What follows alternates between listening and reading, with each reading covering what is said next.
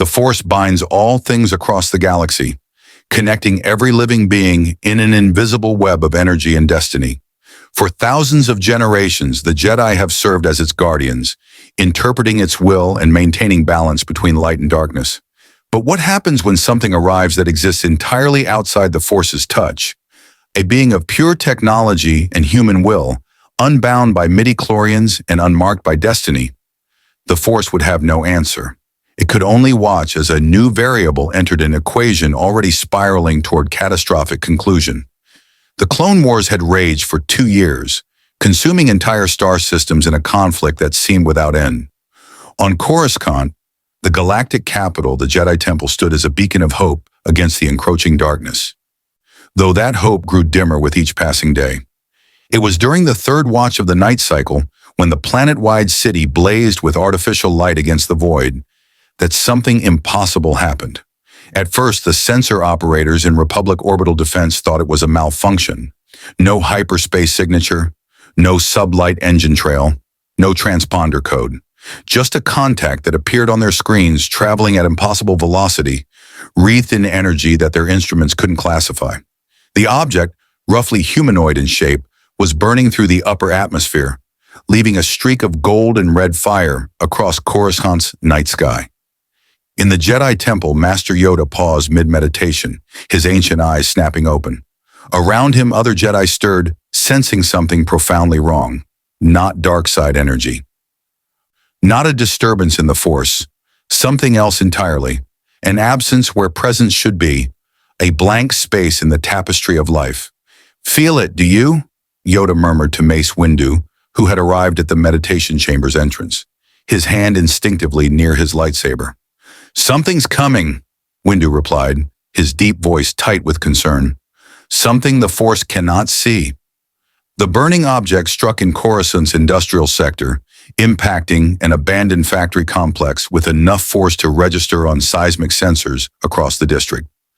The shock wave shattered windows for 3 blocks. Automated fire suppression systems activated immediately, flooding the impact crater with foam and retardant. By the time Republic emergency responders arrived, the fires had been contained. What they found defied explanation. At the center of the crater lay a figure in red and gold armor, surrounded by scattered debris and still glowing metal fragments. The armor was unlike anything in Republic databases, sleek where clone armor was utilitarian, elegant where battle droids were crude. Energy readings spiked and fell in patterns that matched no known power source. The figure wasn't moving.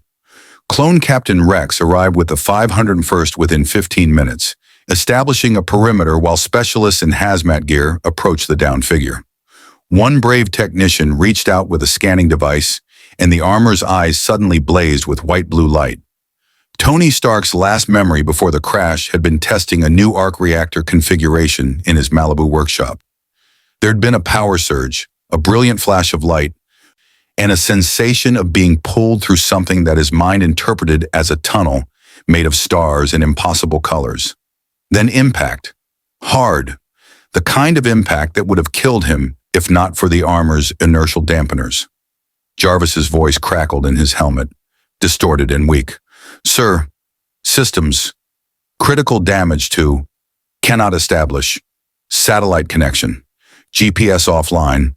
All communications. Recommend immediate." The AI's voice cut out entirely.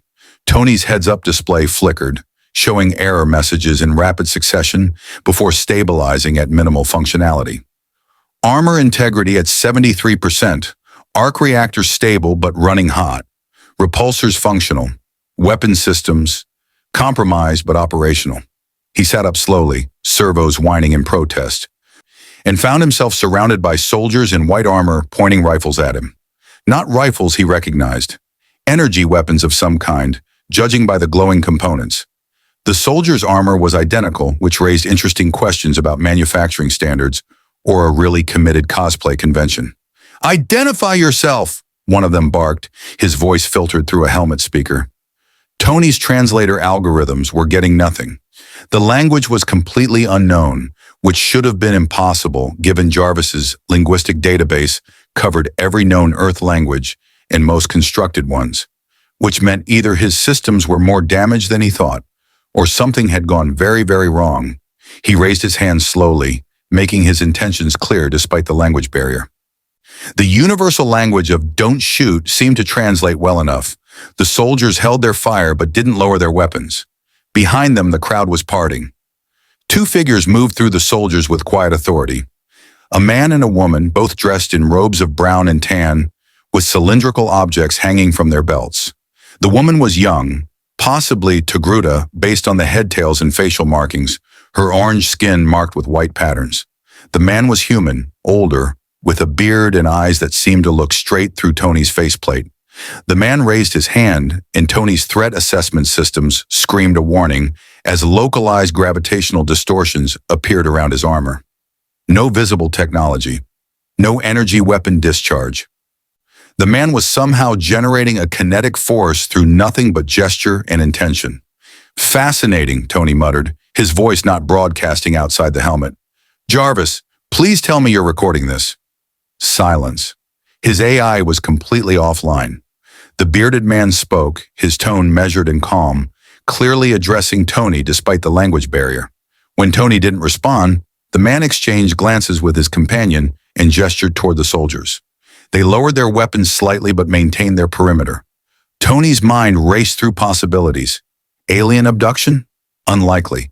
These people were human, or close enough. Alternate dimension? More plausible, especially given the light show that had preceded his arrival. Time travel? He really hoped not, because that opened paradox cans he didn't want to deal with. The woman stepped closer, her movements cautious but not hostile. She touched the cylindrical object at her belt, and a blade of pure blue energy extended from it with a distinctive snap hiss that Tony's audio sensors captured in perfect detail. A plasma blade, contained by some kind of magnetic field. Elegant, dangerous, completely impossible by Earth's current technology. She wasn't threatening him with it, just demonstrating, showing him what they could do, what she could do. Tony slowly got to his feet, the armor's servos compensating for the damage.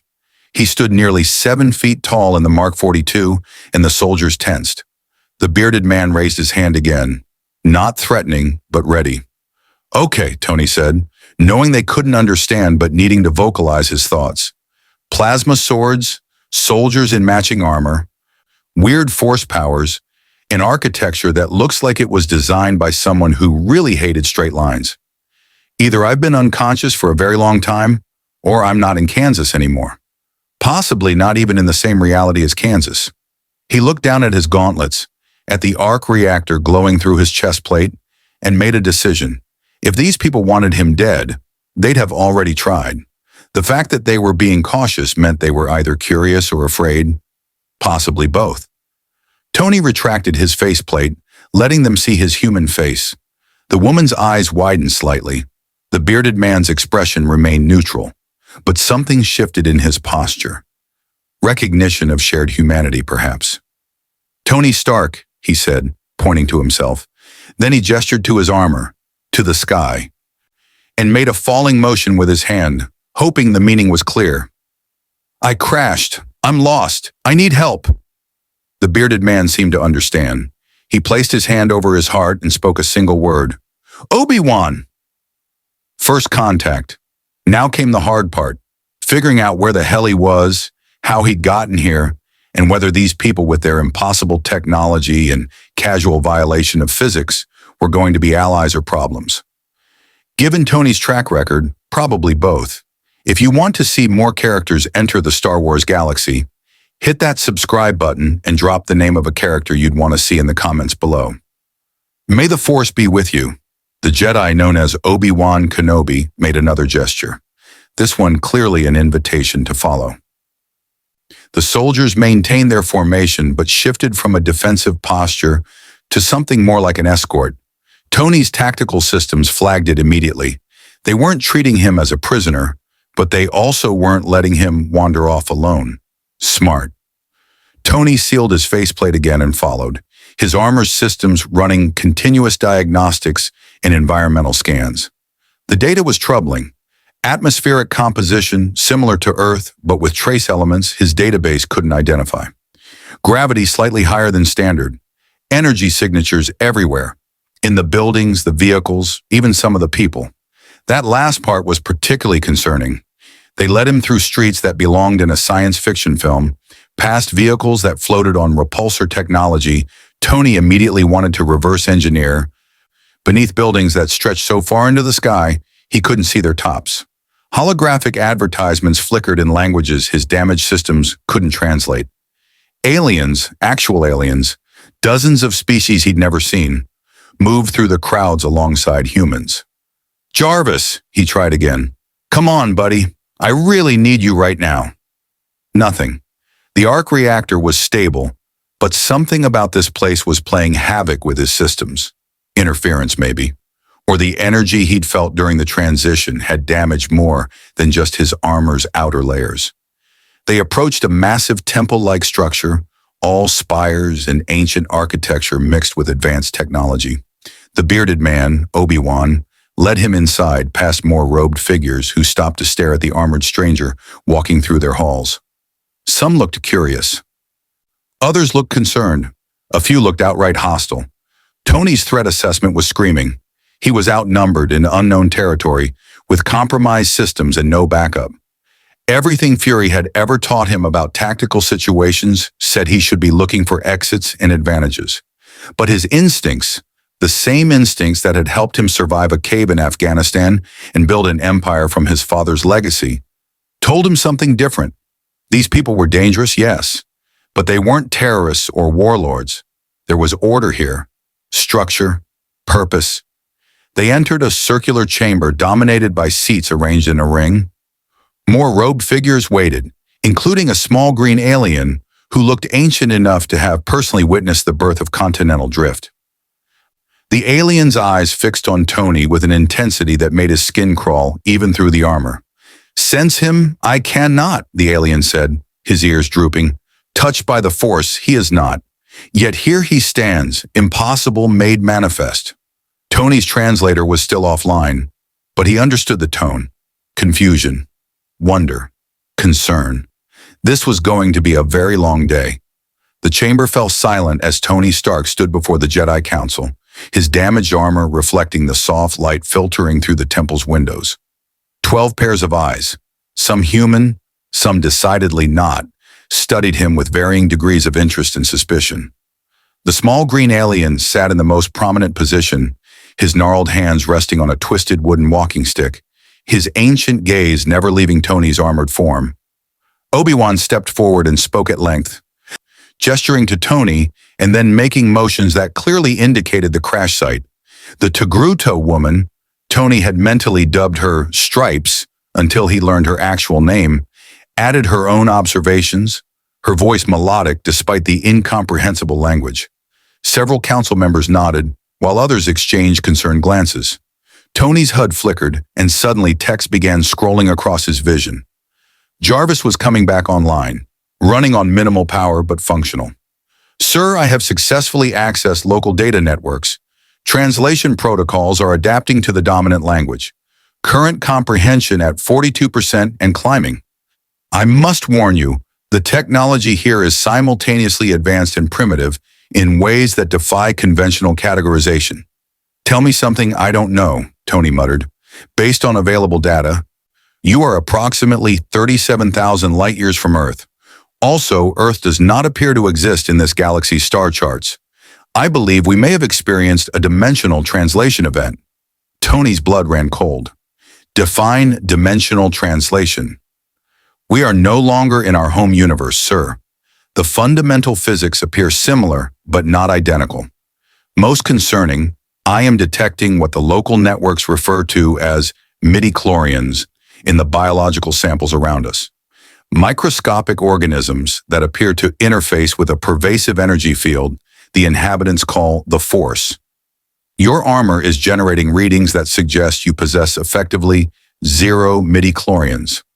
That explained why the green alien looked so disturbed. Tony was apparently the equivalent of a ghost at a seance, present but completely wrong. The translation algorithm hit critical mass, and suddenly the council's voices became clear, though still with a noticeable lag as Jarvis processed their speech patterns. Unprecedented in recorded history, a severe-looking woman with graying hair was saying. A being untouched by the Force, wielding technology we cannot fully comprehend. The Separatists could have manufactured this entire incident. Or he could be exactly what he appears to be, countered a darker-skinned man with a deep, authoritative voice, a stranger who fell from the sky. We've encountered unknown species before, Master Luminara. Never one like this, she replied sharply. Look at him, Master Windu. That armor isn't organic technology like we've seen from the Yuzhan Vong legends. It's pure mechanism, pure engineering. And yet it moves with him as though it were alive. Tony cleared his throat, and every head in the chamber turned toward him. If I could interrupt the whole talking about me like I'm not here thing, yeah, I can understand you now. Mostly, my AI just cracked your language. And for the record, I'm not with these separatists you mentioned. I don't even know what those are. The chamber erupted in surprised murmurs. Obi-Wan's eyebrows rose and he exchanged a significant look with Master Windu. The small green alien, whom Jarvis identified as Master Yoda, Grand Master of the Jedi Order, estimated age 800 plus years, leaned forward with renewed interest. Speak you can, Yoda said slowly. Understand us you do. How achieved this, have you? Tony tapped the side of his helmet. Artificial intelligence.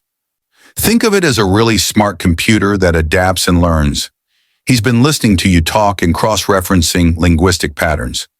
We had something similar for Earth languages, but this is new territory. Impossible, Master Luminara said flatly. No computer system can and did, Tony interrupted, retracting his faceplate so they could see his face. Look, I get that you're suspicious. In your position, I would be too. But I'm not your enemy. I'm just a guy who was working in his lab. Something went catastrophically wrong, and I ended up crashing through your roof. If you want to run tests, scan me, whatever.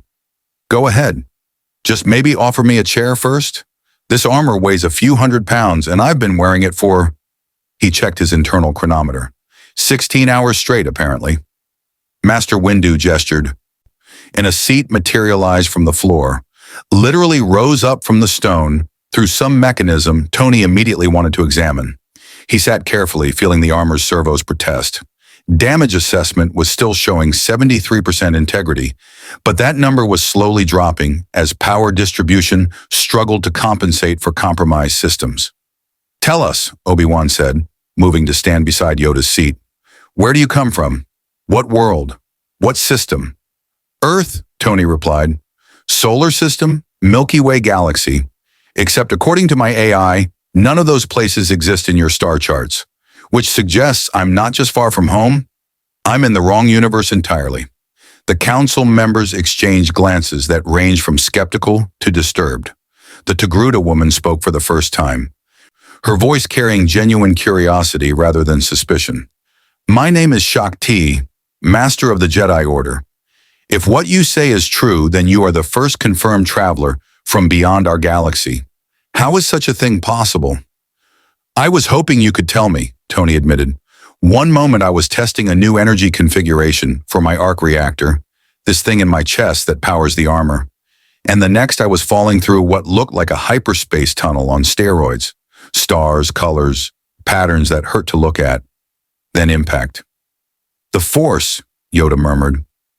A disturbance we felt. Strong it was. Unnatural, as though reality itself torn asunder was. Yeah, well, reality definitely got torn something, Tony said. Look, I know this is all very strange and probably breaks about a dozen of your rules or protocols or whatever. But I'm not here to cause trouble. I just want to understand where I am, figure out if there's a way home, and maybe not get shot at while I'm doing it. Those clone guys outside had some serious firepower. Clone troopers, Master Windu corrected, the Grand Army of the Republic. We're in the middle of a war, Mr. Stark. The Separatist Alliance seeks to break away from the Galactic Republic, and the conflict has consumed thousands of star systems. Your arrival, intentional or not, comes at a delicate time. A war, Tony repeated, his mind already racing. How big a war? Galactic scale, Obi-Wan replied grimly. Trillions of beings affected. The Jedi serve as generals and commanders, leading the clone army against the Separatist droid forces. It's been 2 years of constant battle with no end in sight. Tony's stomach sank. He'd hoped to find himself in some relatively peaceful corner of whatever universe he landed in, spend some time figuring out the local technology, maybe build a way home. Instead, he dropped into the middle of a galactic conflict that made World War II look like a border skirmish. "And you think I might be a Separatist weapon?" he said slowly. "Something they cooked up to infiltrate the Republic." "The possibility exists," Master Luminera acknowledged. "Though if you are, you're unlike any infiltration unit we've encountered. Your technology reads as completely foreign to our databases. No match to Separatist manufacturing, no similarity to Republic designs, nothing even close to what we've seen from unknown regions." Jarvis chimed in Tony's ear. "Private channel. Sir, I've been analyzing the energy signatures in this room. Several of these individuals are generating localized gravitational distortions identical to what we observed earlier. They appear to be manipulating fundamental forces through biological processes I cannot explain. The readings are consistent with the force they've mentioned." "Magic," Tony muttered. "Essentially, sir, though I hesitate to use that term given our current understanding of physics." Master Windu's eyes narrowed. "What did you say?" Tony realized he'd spoken aloud. "Sorry, talking to my AI. He's telling me that you people can somehow manipulate gravity and energy fields through biological processes. Where I come from, we call that magic. Or we would if it were possible, which it isn't. Except here it apparently is." "The Force is not magic," Shakti said gently. "It is the energy field that connects all living things. Midi-chlorians within our cells allow us to sense and channel this energy. Some are born with high concentrations and can be trained as Jedi. Others have fewer and remain insensitive to the Force. But everyone has some connection to it." She paused. "Except apparently you. Your midi-chlorian count is non-existent," Obi-Wan added. "We've never encountered a sentient being with absolutely zero Force presence. It's as though you don't exist in that spectrum of reality." "Great," Tony said. "I'm a ghost in your magic system." "That's not ominous at all." Yoda tapped his stick against the floor, drawing everyone's attention. "A question I have. This armor you wear, powered by technology it is, yes? Not by the Force?" "Correct," Tony confirmed. "Pure engineering. Repulsor technology for flight. Miniaturized arc reactor for power. Various weapon systems, sensor arrays, strength enhancement. It's all science, physics, mathematics. No midi-chlorians required. Yet move faster than our sensors could track you did," Yoda continued. "Generate energy signatures that match no known power source. Survive a crash that should have killed you. Powerful your technology is. Dangerous, perhaps." Tony heard the unspoken question. "You want to know if I'm a threat?" "We want to know," Master Windu said, his tone careful and measured. "What you intend to do now that you're here." It was the central question, wasn't it? Tony looked around the chamber at these warrior monks with their laser swords and supernatural powers, thought about the galactic war they described, considered his damaged armor and missing AI capabilities. He had no way home, no resources beyond what he carried, and no allies in a universe that operated on fundamentally different rules. But he'd been in tight spots before. The cave in Afghanistan, dying of palladium poisoning, New York and the Chitauri invasion, Aldrich Killian in Extremis. He'd always found a way forward by being smarter, faster, and more adaptable than his enemies. "I intend," he said slowly, "to not die. Beyond that, I'm going to need more information before I make any commitments. Tell me about this war. Tell me about the factions. Tell me what you want from me, if anything, and then maybe we can figure out if we're on the same side or if I need to find my own path through whatever this galaxy throws at me." Master Windu and Yoda exchanged a long look, some unspoken communication passing between them. Finally, Windu nodded. "Very well. Mr. Stark, let's talk about the Clone Wars." The briefing chamber was smaller than the council room, more intimate and tactical. Holographic displays floated in the air, showing star maps with red and blue indicators scattered across thousands of systems. Tony stood with his faceplate retracted, studying the displays while Obi-Wan Kenobi narrated the galaxy's descent into chaos. "The Separatist crisis began 3 years ago," Obi-Wan explained, manipulating the hologram to zoom into specific sectors. Thousands of star systems, led by Count Dooku, a former Jedi, broke away from the Republic, claiming the central government had become corrupt and ineffective. They formed the Confederacy of Independent Systems. "Let me guess," Tony interjected. "The Republic said you can't leave, the Separatists said, watch us, and suddenly everyone's shooting at each other." "Essentially, yes," Obi-Wan replied with a wry smile. "Though the situation is more complex. The Separatists aren't simple dissidents. They're backed by the Trade Federation, the banking clan, and other corporate entities with vast resources. They've built an army of battle droids numbering in the trillions." Tony whistled low. "Trillions. You're not exaggerating?" "I wish I were.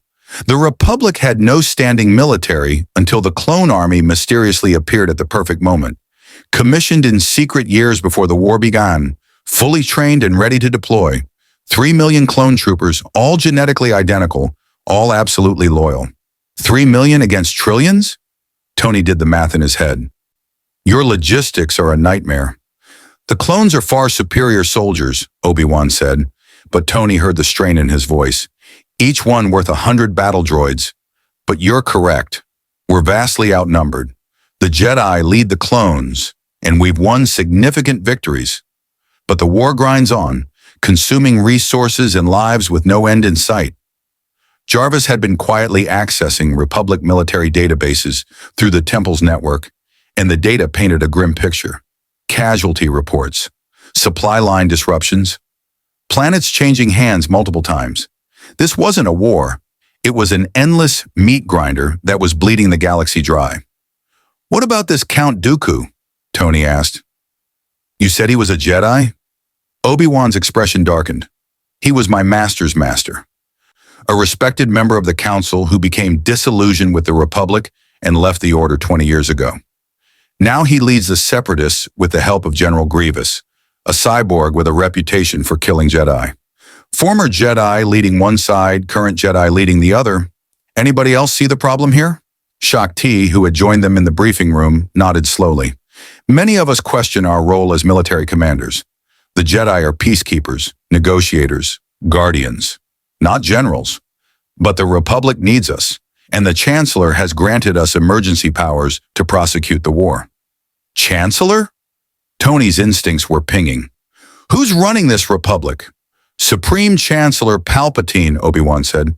A career politician from Naboo, he's been granted extended emergency powers to deal with the crisis.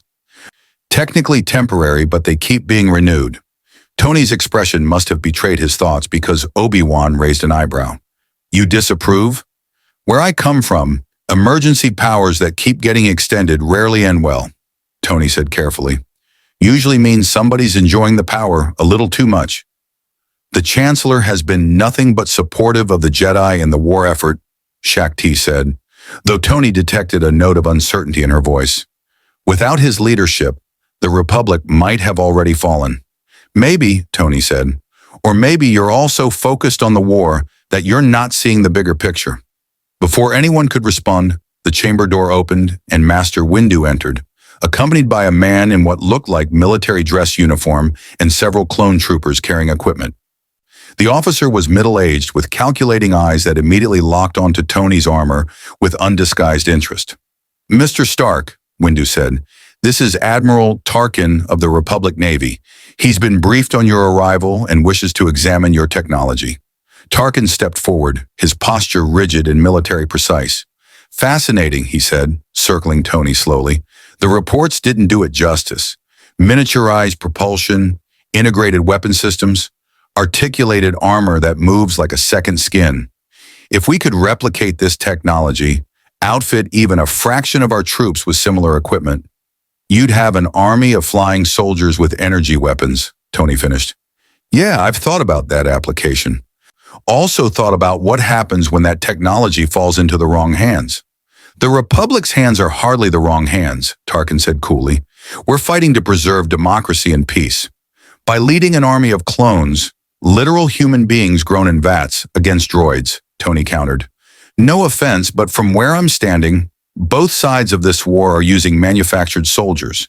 The ethics are questionable at best. Tarkin's expression hardened. You've been here less than a day and presume to judge. Actually, I presume to have my own opinions, Tony interrupted, which I'm allowed to have since last I checked. I'm not a citizen of your republic and didn't sign up for your war. Gentlemen, Windu said, his voice carrying quiet authority, perhaps we could focus on more immediate concerns. Mr. Stark, your armor was damaged in the crash. You'll need repairs. Admiral, your interest is noted, but Mr. Stark's technology remains his own, unless he chooses to share it. Of course, Tarkin said, though his tone suggested the conversation was far from over. However, I must insist on basic security protocols. We're at war, and an unknown element with advanced technology presents significant risks. I recommend Mr. Stark remain in Jedi custody until his intentions and capabilities can be fully assessed. You mean until you can figure out how to reverse engineer my armor? Tony said flatly. I mean, Tarkin replied, until we can be certain you're not a separatist infiltration unit, a saboteur, or simply an opportunist looking to profit from our conflict. The tension in the room spiked. Tony's HUD was painting threat assessments over everyone present, tracking weapons, calculating escape routes. The clone troopers had shifted subtly, hands near their rifles, but not quite drawing them. Tarkin stood with bureaucratic confidence, secure in his authority. The Jedi were harder to read. Windu looked troubled, Obi-Wan diplomatic, Shak-Ti concerned. Here's what's going to happen, Tony said, his voice cold and level. I'm going to repair my armor using materials I sourced myself. I'll cooperate with reasonable security measures because I understand your concerns. But if anyone tries to confiscate my technology, scan it without permission, or treat me like a prisoner, they'll discover I'm much harder to contain than I look. Is that a threat? Tarkin asked. It's a statement of fact. I've dealt with governments trying to seize my technology before, Admiral. It didn't go well for them. I suggest we skip the part where you try to take what's mine and jump straight to the part where we establish mutual respect and boundaries. Obi-Wan stepped between them, his hands raised in a peacekeeping gesture. Perhaps we're getting ahead of ourselves. Mr. Stark, no one is trying to imprison you or steal your technology. But you must understand, we're in the middle of a war. Unknown technologies appearing in Republic space require investigation. Investigate away, Tony said. I've got nothing to hide. But investigation isn't the same as appropriation, and I won't let my tech become the next generation of weapons in a war I don't understand and didn't choose. Even if that technology could save lives, Tarkin pressed. Even if it could end the war faster? Tony laughed bitterly. Admiral, I've heard that argument before. Give us the weapons, Tony. Trust us with the power, Tony. We'll only use it for good, Tony. Then suddenly my tech is bombing villages, killing civilians, and creating the very threats it was supposed to prevent. So no, you don't get my armor. Not now, not ever. Jarvis spoke privately in Tony's ear. Sir, I'm detecting elevated stress hormones in several individuals. Also, the clone troopers have adjusted their positioning. I calculate a 37% chance of imminent hostile action. Noted, Tony muttered. Master Windu seemed to sense the dangerous direction the conversation was heading. Admiral Tarkin, thank you for your input. The Jedi Council will handle Mr. Stark's situation from here. It wasn't a suggestion. Tarkin held Windu's gaze for a moment, then nodded curtly. Of course, Master Jedi. I'm sure you'll make the right decision. He turned to Tony. We'll speak again, Mr. Stark. I suspect you'll find that in wartime, neutrality isn't an option. Eventually, everyone chooses a side. He left with his clone escort, and the tension in the room dropped several notches. Tony let out a breath he hadn't realized he was holding. You've made an enemy, Shak-Ti observed quietly. Story of my life, Tony replied, though usually I have to work harder at it. Tarkin is influential in the Republic Military Command, Obi-Wan said. His opposition could complicate your situation significantly. Yeah, well, so could letting him reverse engineer my technology and mass produce it for a war I don't understand. I've seen what happens when powerful weapons get into circulation without proper safeguards. It never ends well. Master Windu studied Tony with those penetrating eyes. You've been in wars before. It wasn't a question. Tony met his gaze steadily. Yeah, I have. Fought in them. Profited from them. Eventually learned better. The armor, this technology, it's meant to protect people, not conquer them. not subjugate them, and definitely not to be mass-produced and handed out to armies like party favors. Even if it means clone troopers die who might have lived? Windu asked. Even if it means battles are lost that could have been won? Tony felt the weight of that question. He'd grappled with similar moral calculus after shutting down Stark Industries' weapons manufacturing. How many soldiers died because they didn't have his technology? How many battles were lost? But he'd also seen the alternative. His weapons in the hands of terrorists, his technology used to oppress and destroy. I don't have a good answer for that, he admitted. But I know that once you put that genie back in the bottle, you can't control where it goes. Give the Republic my technology today, and tomorrow the Separatists reverse engineer it from battlefield salvage. Then both sides have it, and the war just gets bloodier and more destructive. It's an arms race with no winner. A pessimistic view, Obi-Wan said. A realistic one, Tony countered. Look, I get it. You're fighting a war, you're losing people, and I show up with tech that could help. But I've been the guy who provides the tech before, and I've lived with the consequences. So forgive me if I'm cautious about doing it again. Shakti approached him, her expression thoughtful. You speak like someone who carries great guilt. Yeah, well, when your weapons are used to kill innocent people, guilt tends to stick around. Then you understand responsibility, she said. The weight of choices and their consequences. That's something the Jedi respect. Does that mean you're not going to lock me up? Master Windu's expression might have been a smile, or possibly indigestion. It means we're going to give you quarters in the temple, assign a Jedi liaison to help you navigate the city, and allow you to source materials for your repairs. Under observation, naturally, but you'll be a guest, not a prisoner. What about Tarkin? The Admiral will have to accept the Council's decision, Windu said firmly. The Jedi Temple is sovereign territory. What happens within these walls is our jurisdiction. Tony nodded slowly. It wasn't ideal. He was still stranded in an alien universe with damaged equipment and no clear path home.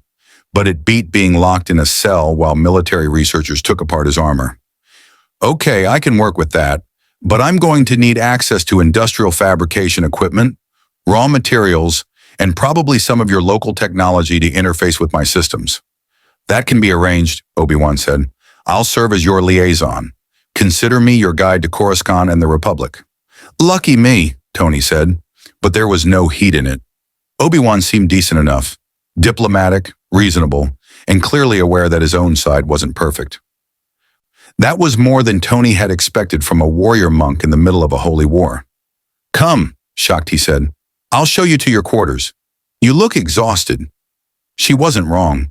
Tony had been running on adrenaline since the crash, but now that immediate danger had passed, fatigue was setting in. His body ached from the impact, and the armor felt heavier than usual. They led him through the temple's corridors, past training rooms where young students practiced with those plasma swords, lightsabers, Jarvis corrected, and meditation chambers where robed figures sat in perfect stillness. The architecture was a fascinating blend of ancient and advanced, stone and metal, mysticism and technology. The quarters were Spartan but comfortable, a bed, a refresher unit, a workbench that someone had thoughtfully provided, and a window overlooking Coruscant's endless cityscape. Tony stood at that window for a long moment, watching the traffic streams of flying vehicles, the lights of a billion windows, the sheer impossible scale of a planet that was entirely city. Jarvis, he said quietly. Status report. Armor integrity holding at 73%, sir. Arc reactor stable. I've successfully integrated with local networks and downloaded approximately 3 zettabytes of data. I should have comprehensive understanding of Republic technology, politics, and current events within 6 hours. Good. What's your assessment of our situation? We are trapped in an alternate universe, Jarvis replied. The physics are similar enough that your armor functions, but different enough that returning home through conventional means is impossible. We would need to recreate the exact conditions that brought us here, or find alternative dimensional travel technology, which doesn't exist here, not in any database I can access. However, sir, I must note something unusual. The energy readings I detected during our transition, they match the certain patterns in what these people call the Force, specifically references to force storms and tears in spacetime. It's possible that a powerful Force user could theoretically recreate the conditions for dimensional travel. Tony turned that over in his mind. So we need to find a space wizard strong enough to punch a hole between universes. Simplified, but essentially correct. Great. Add that to the list of problems right after survive in war zone and don't let military steal my tech. He looked down at his hands, at the arc reactor glowing through his chest plate. In his own universe, he was Iron Man, Avenger, hero, genius billionaire, playboy philanthropist. Here he was just a guy in a broken suit, adrift in a galaxy that didn't play by any rules he understood. But he'd been in worse spots. He'd built the first armor in a cave with box of scraps. He'd survived palladium poisoning. He'd carried a nuclear missile through a portal and lived to tell about it. He could figure this out. He just needed time, resources, and to not get killed by either side of a galactic war. Jarvis, start compiling everything you can on dimensional physics, force capabilities, and any reported anomalies in spacetime. Also, see if you can find any historical records of people appearing from nowhere or disappearing mysteriously. Already begun, sir. I flagged approximately 12,000 potentially relevant documents. Of course you have. Okay, narrow it to the top 100 most promising leads. Tony sealed his faceplate and began running diagnostics on his armor's damaged systems. The workshop beckoned. There was work to do, repairs to make, and knowledge to acquire. He was Tony Stark. He'd find a way home. And if he had to shake up an entire galaxy to do it, well, that was just Tuesday. The workshop smelled wrong. That was Tony's first thought as he surveyed the fabrication facility the Jedi had provided. Back home, his lab smelled like ozone and machine oil, coffee, and the faint tang of arc reactor ionization. Here, everything had an antiseptic quality, sterile and oddly lifeless despite the advanced equipment humming around him. 3 days had passed since the crash.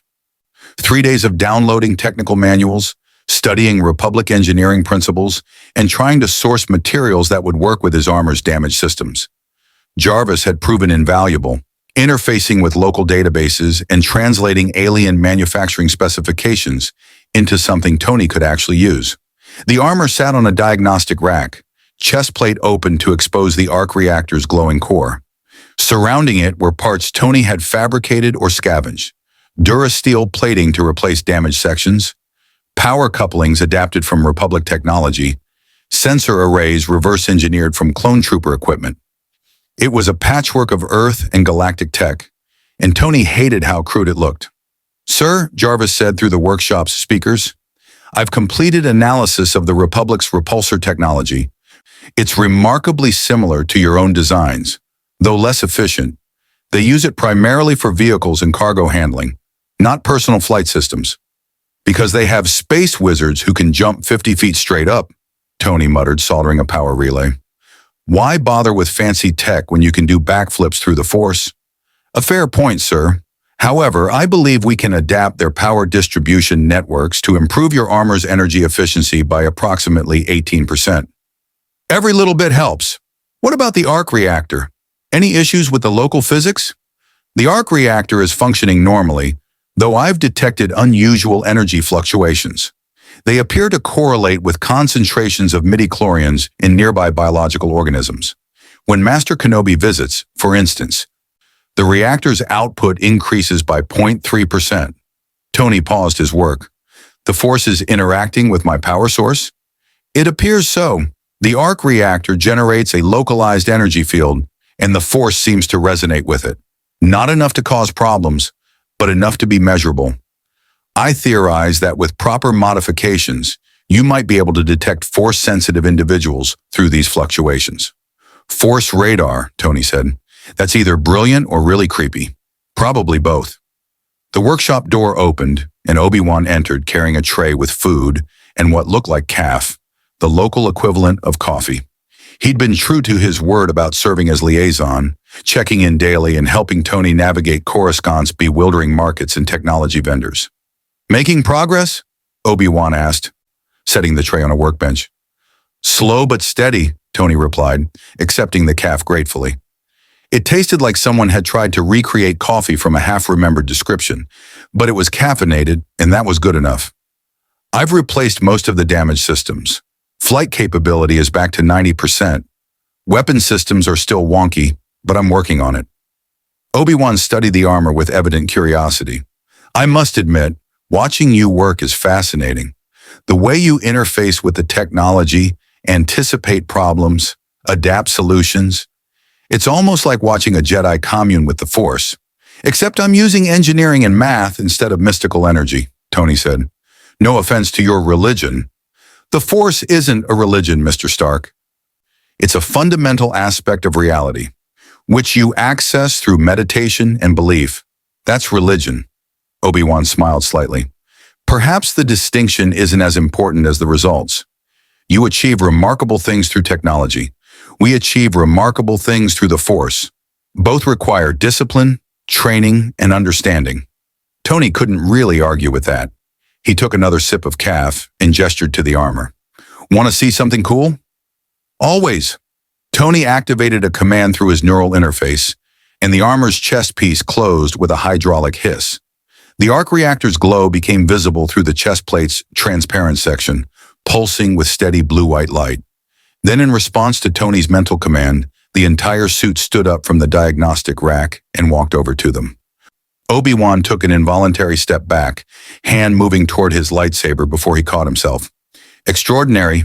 It moves without you inside it? Remote operation, Tony explained. Jarvis is piloting it. I can control it through neural interface, or he can run autonomous protocols. Useful for situations where I need the armor's capabilities, but don't want to be personally shot at. Like a droid, but more sophisticated. Way more sophisticated. Jarvis has personality, creativity, judgment. He's not just following programming. He thinks. The armor executed a perfect bow toward Obi-Wan, who chuckled despite himself. Your civilization must be remarkable, Mr. Stark, to create such technology without the Force to guide you. We do okay, Tony said, though I'll admit, having telekinesis would have made some design challenges easier. Being able to just wave your hand and move things around, that's cheating. It takes years of training to master even basic telekinesis, Obi-Wan said, and decades more to achieve the level of control you witnessed in the council chamber. The Force may seem like cheating from your perspective, but it demands immense discipline and sacrifice. Tony recalled what he'd learned about the Jedi Order over the past 3 days.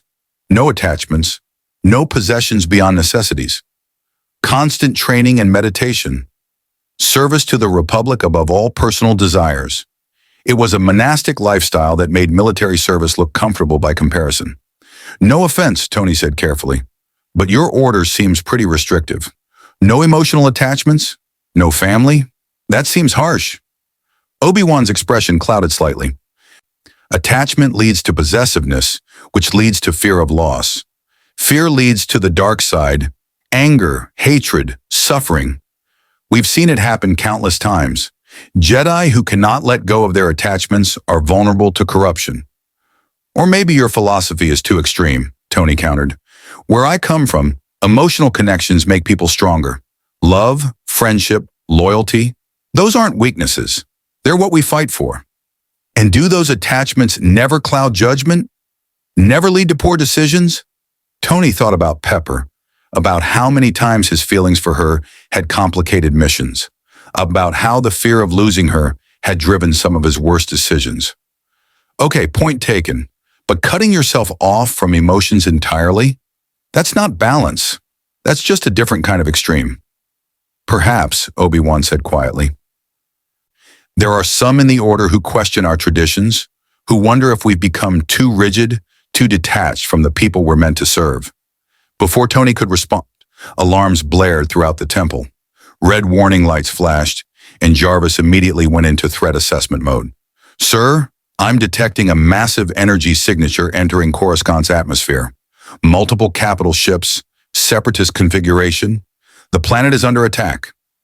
Through the workshop windows, Tony could see ships descending through the clouds, massive dagger-shaped vessels accompanied by thousands of smaller fighters.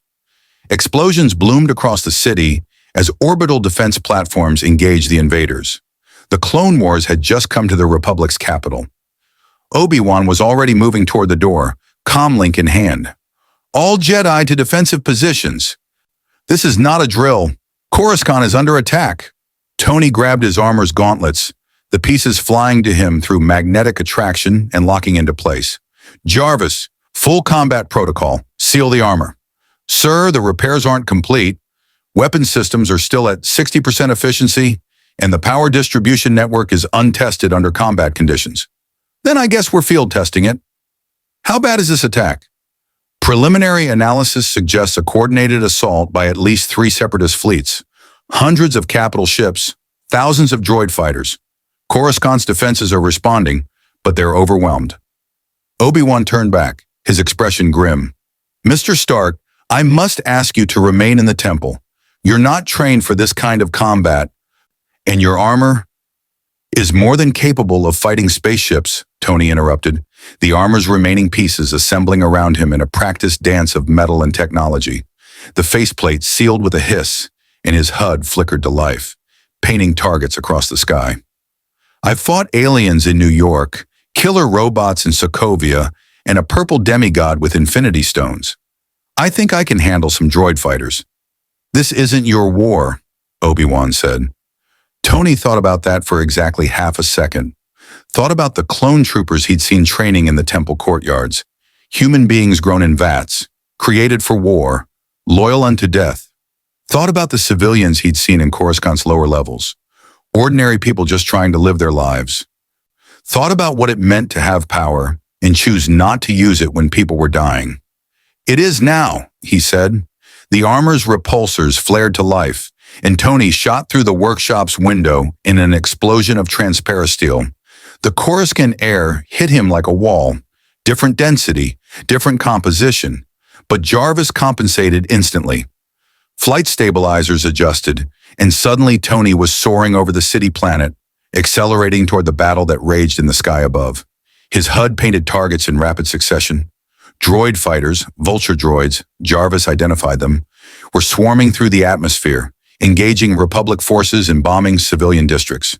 Clone pilots and sleek starfighters fought back, but they were outnumbered at least 5-1. A vulture droid detected Tony and peeled off to engage, its weapons ports glowing as it charged. Tony jinked left, the droid's blaster fire passing through empty air, then countered with his own repulsor blast. The targeting wasn't perfect, weapons still damaged from the crash, but it connected and the droid exploded in a satisfying fireball.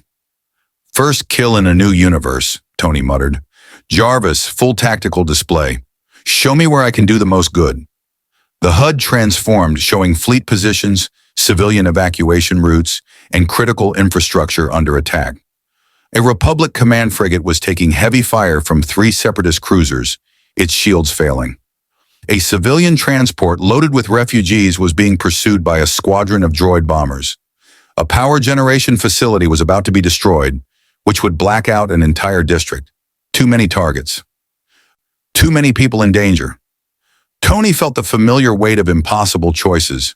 Sir, Master Kenobi is attempting to contact you via comlink. Put him through. Obi-Wan's voice crackled through the comm, strain evident. Mr. Stark, what are you doing? I told you to stay in the temple. Yeah, I'm not great with following orders, Tony replied, boosting toward the endangered civilian transport. I see a lot of people about to die, and I'm in a position to help. So I'm helping. You don't understand what you're facing. These are professional military forces with coordinated tactics and overwhelming numbers. I've fought worse. Tony targeted the pursuing bombers, let his weapon systems achieve lock, and fired. Micro-missiles streaked from his shoulder mounts, experimental weapons he'd been working on before the crash, and 3 bombers disintegrated.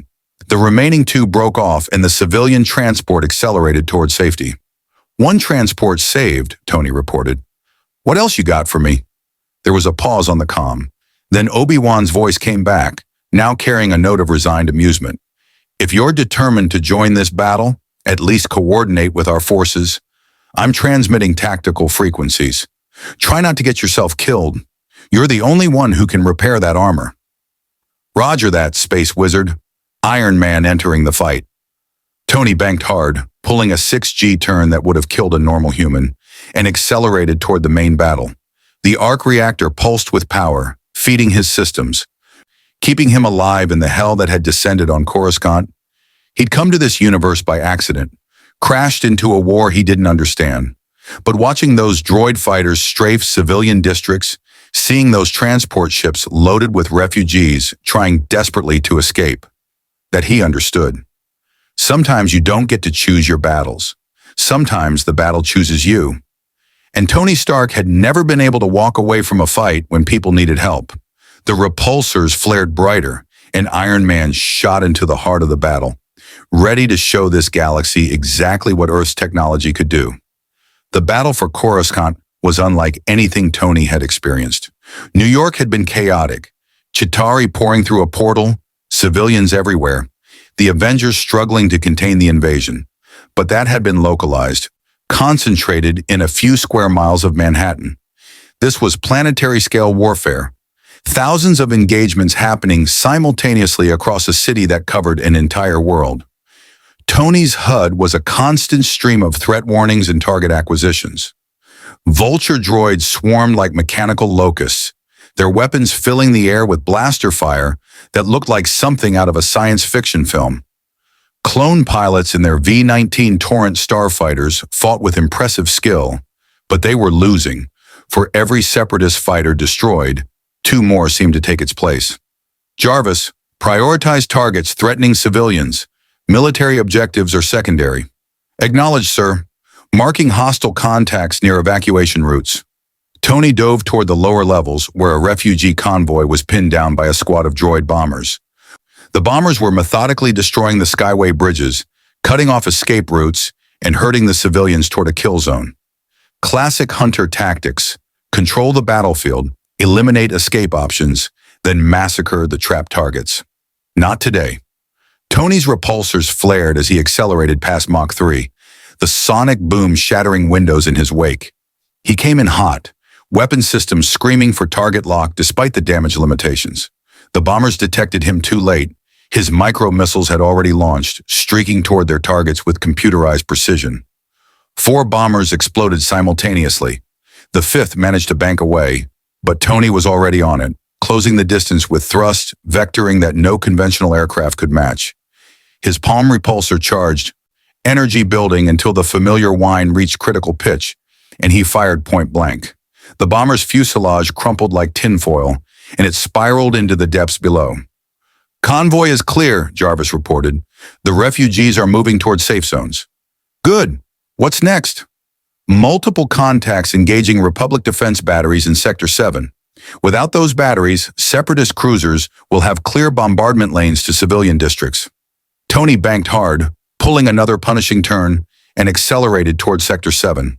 The arc reactor was running hot, hotter than normal, and he wondered if Jarvis was right about the Force interaction. The energy signatures around him were intense, almost palpable even through the armor's sensors. Jedi were everywhere in the battle. Using those abilities, Tony still couldn't fully wrap his head around. He saw one, a Twi'lek Jedi piloting a starfighter, execute a maneuver that defied physics. The fighter spun through a cloud of blaster fire that should have shredded it, emerged unscathed, and destroyed 3 Vulture droids with impossible precision. Precognition, Jarvis had explained. The Force allowed them to see attacks before they happened, react before their enemies moved. That's just not fair, Tony muttered. Sir, incoming transmission on Republic tactical frequency. Clone Squadron Sierra is requesting assistance. They're escorting a medical frigate and have taken casualties. Tony pulled up the tactical display. Squadron Sierra, 6 V-19 fighters, now down to 3, was trying to protect a Republic medical ship carrying wounded from the battle's opening salvos. A full squadron of Vulture droids had them surrounded, and the fighters were running low on ammunition. Jarvis, plot intercept course, maximum thrust. Sir, at that speed, the armor's damaged stabilizers may fail. Then they better hold together. People are dying. The repulsors roared, and Tony shot across Coruscant's sky like a meteor. The city blurred beneath him. Residential towers, commercial districts, industrial sectors, all melding together into a tapestry of light and metal. His HUD showed distance to target dropping rapidly. 5 kilometers, 3, 1. He saw them. 3 battered Republic fighters flying desperate, evasive patterns around the medical frigate, which was trailing atmosphere from multiple hull breaches. The Vulture droids were closing in for the kill, their formations tight and professional. Tony came in from above, using the sun for cover, old fighter pilot tactics that apparently work just as well in space battles. His targeting computer painted 12 hostiles, prioritizing them by threat level. Weapon systems charged and he opened fire. Repulsor beams lanced through the formation, catching 2 Vulture droids completely by surprise. They exploded, debris scattering across the battlefield. The remaining droids broke formation, trying to acquire this new threat. But Tony was already moving, his combat algorithms predicting their patterns. He'd fought enough aerial enemies to know the basics: maintain energy advantage, control the engagement distance, never let yourself get surrounded. The Vulture droids were fast and maneuverable, but they followed programmed patterns. Tony could see the predictability in their movements, the limitations of artificial intelligence that hadn't been designed to face something like him. A droid dove at him, weapons blazing. Tony rolled, let the blaster fire pass beneath him, then countered with a micro-missile that tracked the droid through 3 evasive maneuvers before detonating. Another came from his 6 o'clock, but Jarvis warned him in time. Tony killed his forward thrust, flipped end over end using maneuvering jets, and fired his chest-mounted unibeam directly into the droid's cockpit. "Contact 1-1 destroyed," he reported on the tactical frequency. "Medical ship, you're clear to run. Get those wounded to safety." The frigate's captain responded, his voice tight with stress and gratitude. "Copy that, unknown friendly. We're jumping to hyperspace as soon as we're clear of the gravity well. Sierra Squadron, form up on our new guardian angel." The 3 surviving clone fighters pulled into formation around Tony, and he got his first good look at Republic military pilots in action. They flew with precision and discipline that reminded him of Air Force officers. But there was something else, an almost telepathic coordination that suggested enhanced training or biological advantages. "Sierra leader to unknown contact," came a voice that sounded eerily similar to every other clone he'd heard. "Your assistance is appreciated. Identify yourself for tactical records." "Call me Iron Man," Tony replied, "and you don't need to thank me. Just doing what needs doing." "Copy that, Iron Man. We're getting reports across all channels about an armored figure engaging Separatist forces." "You're making quite an impression." Tony's sensors detected new threats. A Separatist gunship was breaking through Republic lines, heading directly for a cluster of civilian towers. The gunship was massive, bristling with weapons, and its target solution was painting thousands of potential casualties. "Sierra leader, I've got a priority target. That gunship can't be allowed to reach the residential district." "Agreed, but our weapons won't scratch its shields. We'd need torpedoes or a bomber squadron." "I've got something better," Tony said.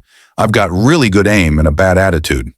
He broke formation and accelerated toward the gunship, which had already begun its attack run. Jarvis was feeding him real-time analysis of the ship's shield configuration, looking for weaknesses in the defensive envelope.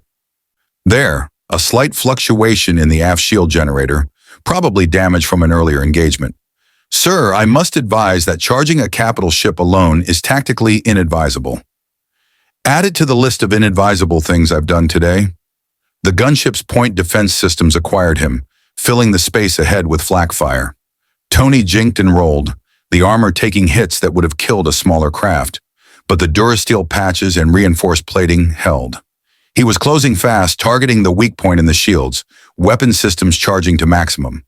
At 300 meters, he fired everything: repulsors, micro-missiles, and the unibeam, all focused on a single point.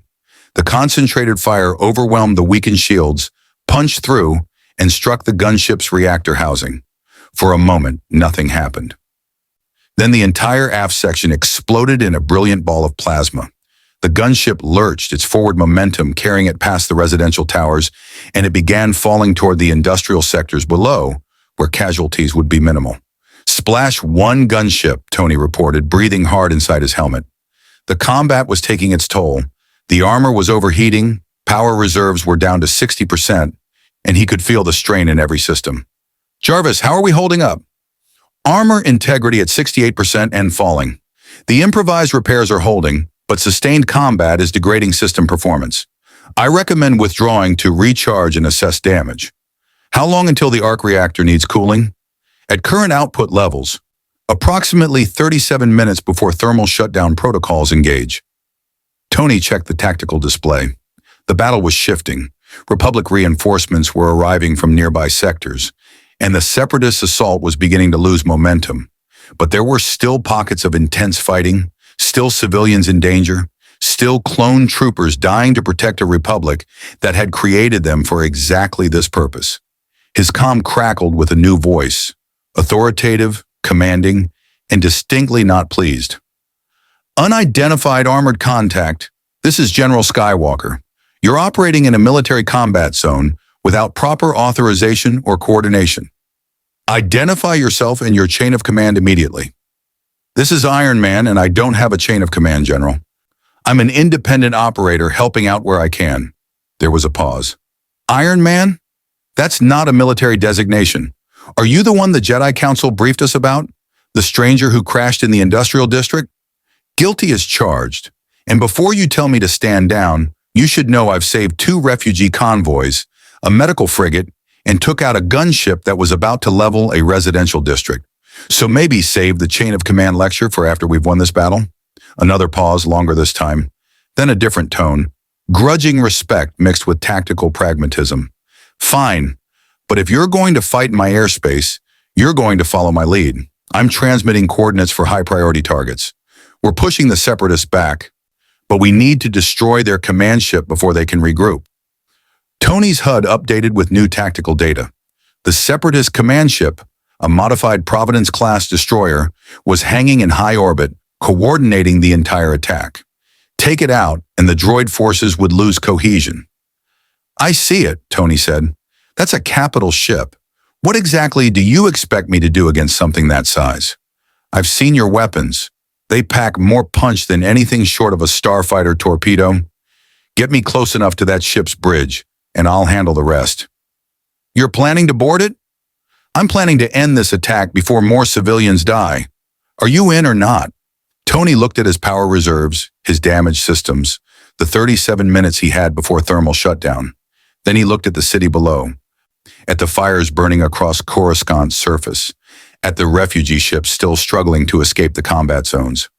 I'm in, he said, but I'm going to need some cover. My armor's taken a beating, and I'm running low on countermeasures. Sierra Squadron will escort you to the upper atmosphere. After that, you're on your own until I can rendezvous. Think you can handle that? Tony thought about flying through the Chitauri portal with a nuclear missile strapped to his back. Thought about fighting Ultron's army in Sokovia. Thought about going toe-to-toe with gods and monsters and living to tell about it. General, handling impossible odds is kind of my specialty. Good, because what we're about to do definitely qualifies as impossible. The comm clicked off, and Tony aligned himself with Sierra Squadron as they began climbing toward the upper atmosphere. Below, Coruscant stretched to every horizon, a planet wrapped in city, billions of lives hanging in the balance. He told Obi-Wan this wasn't his war, told himself he just needed to fix his armor, find a way home, stay out of the conflict. But that had been before he'd seen the casualties, the civilians caught between armies, the clone troopers dying by the thousands to protect people who might never even know their names. Maybe it was his war now. Maybe the moment he decided to fight, he'd crossed a line he couldn't uncross. Or maybe he was just doing what he always did, seeing someone who needed help and refusing to walk away. The armor's thrusters burned bright as Iron Man climbed toward the stars, toward a battle that would either prove his worth to this galaxy or get him killed trying. Either way, at least he'd go down fighting. The transition from atmosphere to space was jarring. One moment Tony was flying through Coruscant's polluted air, the city's lights stretching endlessly below. The next, the sky faded to black, stars appeared in impossible clarity, and the silence of vacuum replaced the roar of atmospheric flight. Environmental seals holding, Jarvis reported, switching to internal oxygen supply. Current reserves will last approximately 4 hours at standard consumption. Let's hope this doesn't take 4 hours, Tony muttered, surveying the orbital battlefield through his HUD. It was carnage on a scale that made the atmospheric combat look like a skirmish. Republic Star Destroyers, wedge-shaped behemoths bristling with turbolaser batteries, exchanged fire with Separatist cruisers at ranges measured in kilometers. Starfighters swarmed between them like insects, their weapons creating a light show that would have been beautiful if it wasn't so deadly. Debris fields from destroyed ships created navigational hazards that both sides had to maneuver around. And dominating the battlefield, hanging in high orbit like a predator surveying its prey, was the Separatist command ship. It was massive, easily 2 kilometers long, with a distinctive forward superstructure that reminded Tony of a hammerhead shark. Turbo laser batteries covered its hull, and its hangar bays were still disgorging vulture droids by the hundreds. The ship's shields shimmered with impacts as Republic forces tried and failed to penetrate its defenses. "That's what we're supposed to attack?" Tony said. "Jarvis, give me a tactical assessment." The Providence-class destroyer is heavily armed and shielded. Standard armament includes 14 quad turbolaser batteries, 34 dual laser cannons, and 4 torpedo launchers. Shields are rated to withstand sustained capital ship bombardment. Complement includes 120 starfighters and 5,000 battle droids. So it's completely impossible to take down with a single suit of power armor. Essentially, yes sir, I calculate less than 3% probability of mission success if you attempt a direct assault. Good thing I don't plan on being direct. Where's this General Skywalker? His sensors picked up a distinctive energy signature. A Republic starfighter breaking away from a larger formation and accelerating toward his position. The Jedi starfighter was a modified Delta 7, painted in yellow and white, and it flew with a recklessness that made Tony's piloting look conservative. The fighter pulled alongside him, and Tony got his first look at General Anakin Skywalker through the cockpit canopy. Young, probably mid-20s, with longish hair and a focused intensity that reminded Tony of himself before Afghanistan had beaten some of the arrogance out of him. "Iron Man," Skywalker's voice came through the comm. "Nice flying down there. You handle combat pretty well for someone who's supposed to be from another universe." "I've had practice," Tony replied. "So what's the plan, General?" "Please tell me it's more sophisticated than fly straight at the giant warship and hope for the best." "Actually, that's exactly the plan. Except we're not hoping. We're counting on their attention being focused on the main fleet. While they're distracted, we slip through their fighter screen, penetrate their shields, and I plant charges on their reactor. That's insane. That's war." Skywalker's fighter banked, heading toward the command ship. "Come on, we've got maybe 10 minutes before they figure out what we're doing." Tony followed, his tactical systems screaming warnings about the weapon emplacements they were approaching. Sierra Squadron fell in behind them, providing cover as they accelerated toward the Separatist lines. The space between fleets was a killing field.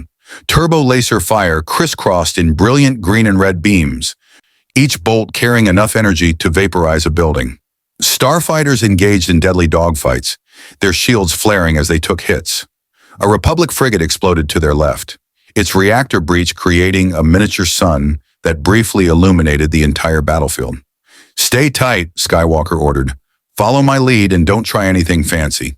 Tony bit back a dozen sarcastic responses and focused on flying. Skywalker's path through the battlefield was aggressive to the point of suicidal. Threading between capital ship weapons, using debris as cover, executing maneuvers that should have resulted in collision or weapons lock. But somehow, impossibly, they made it through. "The Force," Jarvis said, as if reading Tony's mind. "He's using precognition to anticipate attacks and navigate obstacles. His reaction time is approximately 60% faster than humanly possible." "Show off," Tony muttered. They broke through the Separatist fighter screen with Sierra Squadron running interference. The command ship loomed before them, growing larger with every second, its weapon batteries already rotating to track the approaching threats. "Their shields have a cycling frequency," Skywalker explained, his voice calm despite the madness of what they were attempting. "Every 4.3 seconds, there's a microsecond gap when the generators reset. We time our approach to that gap, punch through, and we're inside their defensive envelope." "And you know this how?" "The Force tells me things." Before Tony could respond to that deeply unsatisfying answer, Skywalker's fighter dove toward the command ship's hangar bay. "Now!" Tony followed on pure instinct, trusting that Skywalker knew what he was talking about. The shield shimmered ahead of them, a translucent barrier crackling with energy. Tony braced for impact, and they passed through without resistance. "We're in," Skywalker announced. "Sierra Squadron, maintain combat air patrol outside the shields. Iron Man, with me." They dove into the hangar bay, a massive space filled with droid fighters, troop transports, and battle droids. The droids immediately opened fire, filling the hangar with blaster bolts. Skywalker's fighter banked hard, its laser cannons destroying a dozen droids in seconds. Tony switched to repulsors, his HUD painting targets with ruthless efficiency. He strafed the hangar floor, his weapons cutting through battle droids like they were made of cardboard. The droids weren't particularly durable, designed for mass production rather than individual resilience, and his Earth-designed weapons punched through their armor with ease. Skywalker's fighter landed with its weapons still hot, the canopy popping open before the ship fully settled. The Jedi emerged in a fluid motion, lightsaber already ignited, a blade of brilliant blue plasma that hummed with contained energy. Tony landed beside him, armor servos whining as he absorbed the impact. "You know, most people use boarding ramps. Most people aren't in a hurry." Skywalker was already moving toward the hangar's interior blast doors, deflecting blaster fire with his lightsaber. The bolts ricocheted at impossible angles, striking droids that hadn't even fired yet. "We need to reach the reactor. It's 17 decks down, heavily guarded, and probably has proximity sensors that are alerting security right now." "So this is the part where we fight through an entire ship's worth of droids? This is the part where you clear a path and I make sure we don't get overwhelmed." Skywalker glanced at Tony's armor, and something like appreciation flickered in his eyes. "Think you can keep up?" Tony's faceplate displayed a wolfish grin that Skywalker couldn't see. "General, I'm going to make you look slow." The blast doors exploded inward as Tony hit them with a full-power repulsor blast. Beyond lay a corridor swarming with battle droids, hundreds of them, forming defensive positions with military precision that suggested central coordination from the ship's tactical computer. Tony didn't slow down. He flew through the opening, weapon systems tracking and firing in overlapping patterns. Repulsor blasts, micro-missiles, the experimental laser system he'd been testing before the dimensional jump. Every weapon in his arsenal unleashed at once, turning the corridor into a storm of destruction.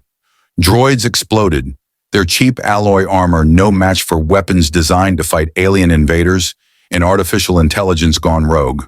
Tony's combat algorithms predicted their movements, compensated for their return fire, painted targets faster than human reflexes could process. Behind him, Skywalker moved like liquid violence. His lightsaber was a blur of blue light, deflecting blaster bolts and cutting through droid infantry with surgical precision. He didn't just react to attacks, he anticipated them, moving into defensive positions before the droids even fired. "You're not bad at this," Skywalker said, his breathing barely elevated despite the carnage. "I've fought robots before," Tony replied, blasting a destroyer droid that had unfolded from its shielded form. "These are actually less dangerous than some I've faced. No adaptive learning, no individual initiative, just programmed responses. Don't underestimate them. There are a lot more where these came from." As if on cue, reinforcements appeared. Droidicus rolling into position, their personal shields flickering to life. The destroyer droids were more dangerous than standard infantry, their shields designed to absorb energy weapons and their twin blasters capable of sustained fire. Tony's HUD analyzed the shields and found the weakness immediately. "Jarvis, cycle repulsor frequency to match their shield harmonics." "Sir, that will significantly increase power consumption." "Do it." His palm repulsors changed pitch, the energy output modulating to a frequency that resonated with the destroyer droid shields. Instead of deflecting his blasts, the shields amplified them, overloading and collapsing. The exposed droids lasted less than 2 seconds. "Neat trick," Skywalker said. "Where I come from, we just hit them really hard until they break. Where I come from, we call that working smarter, not harder." They fought their way deeper into the ship, leaving a trail of destroyed droids behind them. The command ship's corridors were narrow and utilitarian, designed for efficiency rather than aesthetics. Emergency lighting cast everything in red, and alarm klaxons blared warnings about the intruders. Tony's HUD painted a route toward the reactor, overlaying Jarvis's analysis of the ship's schematics onto his vision. 17 decks down, just like Skywalker said. They were making good progress, but his power reserves were dropping fast, down to 40% and falling with every combat engagement. "General," he said between blaster deflections, "how long do we have before this ship realizes we're not just raiders and decides to do something drastic? Like self-destruct." Probably already thought of it, but they won't destroy their own command ship unless absolutely necessary. Too expensive, too many resources invested. Skywalker cut through a blast door with his lightsaber, the plasma blade melting through durasteel like butter. "We've got maybe 5 minutes before they figure out we're heading for the reactor. After that, they'll concentrate all forces in our path. Then we better move faster." They emerged into a massive vertical shaft that stretched both up and down through the ship's superstructure. Turbo lifts ran along maglev rails, and catwalks crisscrossed the empty space. Far below, Tony could see the faint blue glow of the reactor chamber. "That's our target," Skywalker said, stepping onto thin air. No, standing on a catwalk that Tony's sensors barely detected. "Quickest way down is to jump." "Jump 17 decks? The Force will slow my fall. You've got repulsors. What's the problem?" Tony looked down the shaft, calculated velocities and deceleration rates, and decided that hanging around with Jedi was apparently bad for his sense of self-preservation. "No problem. Just wanted to make sure you were as crazy as you seemed." Skywalker grinned, the first genuine smile Tony had seen from him. "Welcome to the Clone Wars, Iron Man. Crazy is our minimum standard." Then the Jedi stepped off the catwalk and dropped into the void. Tony watched him fall for a heartbeat, saw the Jedi's form slow and stabilize through invisible force manipulation, and decided that if he was going to survive in this universe, he needed to stop being surprised by impossible things. "Jarvis, plot descent trajectory. Minimal thruster usage. We need to conserve power." "Calculated, sir. I recommend a spiral descent to reduce velocity gradually." Tony stepped off the catwalk and dropped, his repulsors firing in controlled bursts to manage his fall. The shaft walls blurred past him, emergency lighting creating strobing effects that his HUD filtered automatically. Below, Skywalker was already landing in the reactor chamber, his lightsaber igniting to face the security forces waiting there. Tony hit his thrusters hard, arresting his descent 10 meters above the deck, and surveyed the situation. 20 droidicas, 40 super battle droids, and in the center of the chamber, protected by energy barriers and targeting systems, the ship's main reactor, a massive sphere of contained plasma generating enough power to move 2 kilometers of warship through hyperspace. "This is going to be interesting," Tony said. "That's one word for it," Skywalker replied, already moving to engage the closest droids. The battle for the command ship's heart had begun. The reactor chamber was a cathedral of destructive potential. The plasma sphere at its center pulsed with barely contained energy, casting flickering blue-white light across walls lined with coolant pipes and power conduits. The air, or whatever atmosphere the ship maintained, was thick with ozone and the electric tang of massive energy generation. Tony didn't have time to appreciate the engineering. The super battle droids opened fire the moment he entered their sensor range, filling the chamber with enough blaster fire to melt standard infantry armor in seconds. He dove behind a coolant manifold, letting the heavy industrial equipment absorb the initial barrage. His HUD tracked 27 distinct threat sources, calculating firing patterns and optimal counter strategies. Power reserves were at 38%. Weapon systems were still degraded from earlier combat, and they were trapped in a room with a reactor that, if damaged incorrectly, would vaporize them and probably take out a significant chunk of the ship. "Jarvis, tell me we can disable this reactor without turning ourselves into plasma." "Theoretically, yes. The reactor has emergency shutdown protocols that can be triggered manually. However, accessing those protocols requires penetrating the security barriers and inputting command codes I do not possess." "What about just shooting it until it breaks?" "That would result in a catastrophic containment failure.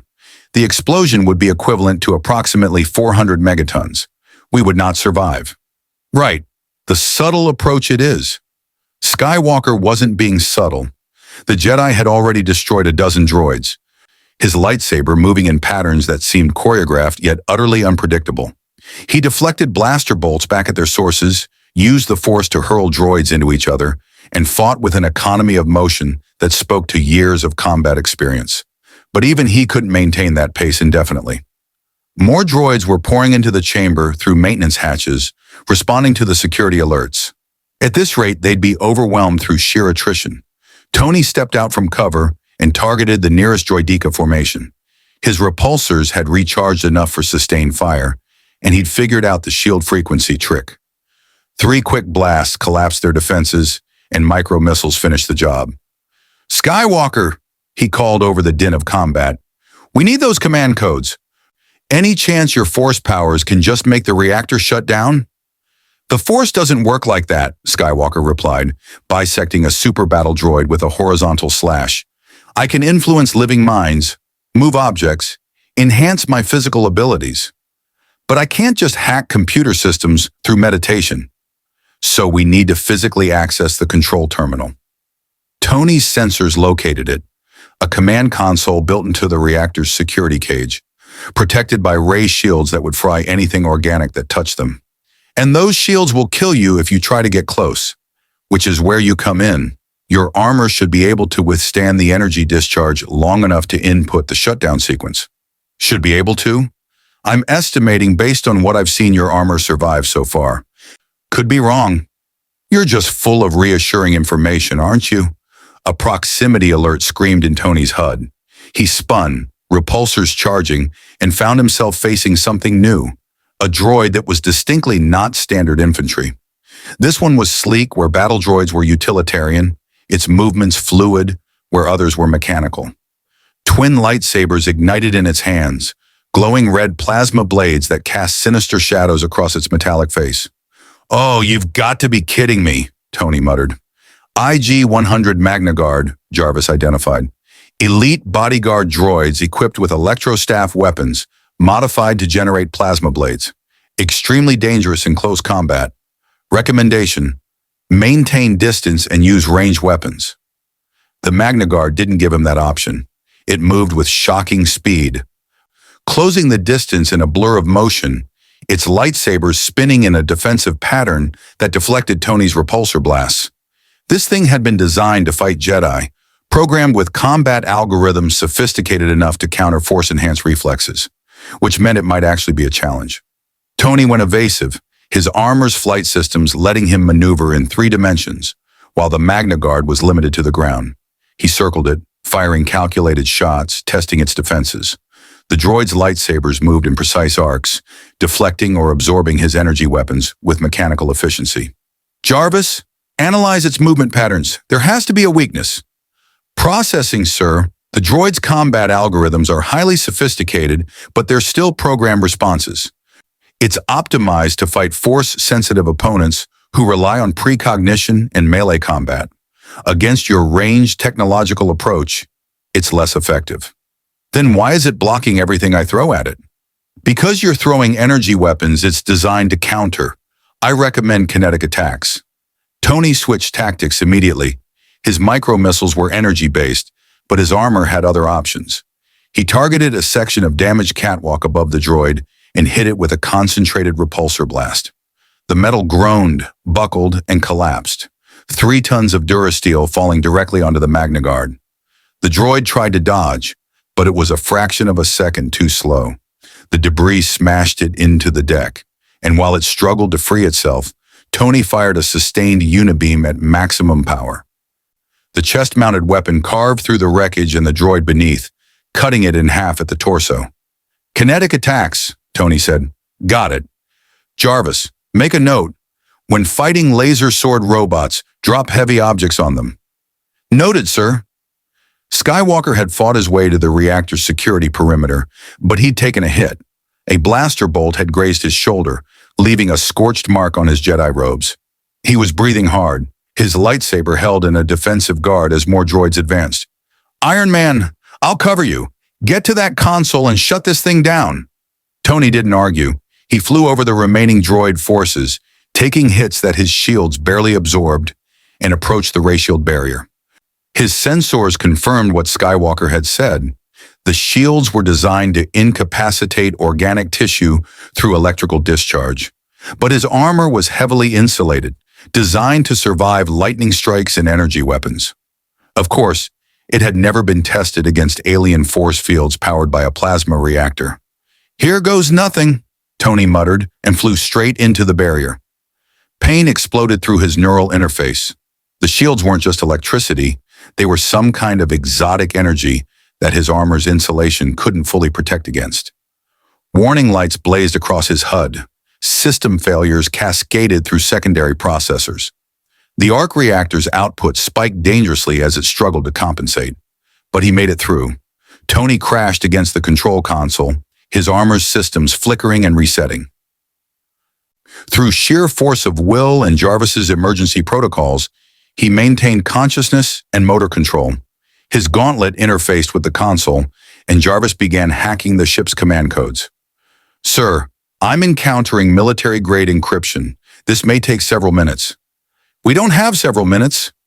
"Then I suggest you provide encouragement through extreme violence while I work." Tony turned to face the reactor chamber. More droids were flooding in, hundreds of them now, responding to what the ship's computer had finally recognized as a critical threat.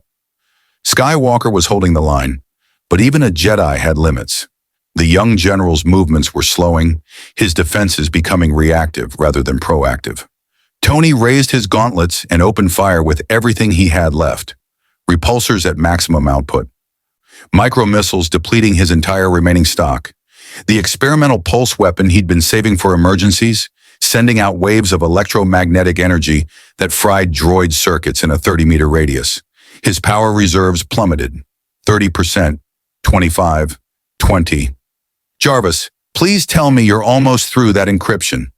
I've adapted Republic hacking protocols to exploit vulnerabilities in Separatist command architecture. Access achieved. Initiating emergency reactor shutdown." The plasma sphere flickered. Its brilliant blue-white glow began to dim as magnetic containment fields collapsed in controlled sequence. Throughout the ship, Tony could feel the vibrations as primary systems lost power. Lights dimmed. Gravity generators stuttered. The constant background hum of a functioning warship began to fade. "We did it," Skywalker said, deactivating his lightsaber as the remaining droids froze, their connection to the ship's tactical computer severed. "The command ship is dead." Tony's legs gave out, and he collapsed against the console, his armor barely maintaining integrity. Warning messages scrolled across his HUD faster than he could read them. Power at 18%. Multiple system failures. Arc reactor temperature in the red zone. Structural integrity compromised in 6 locations. "Jarvis, status report." "We are functional, sir, but barely. I strongly recommend immediate return to the Jedi Temple for repairs. Also, I feel compelled to mention that the last 20 minutes have reduced your armor's operational lifespan by approximately 15%. This was inadvisable from a maintenance perspective. Add it to the list."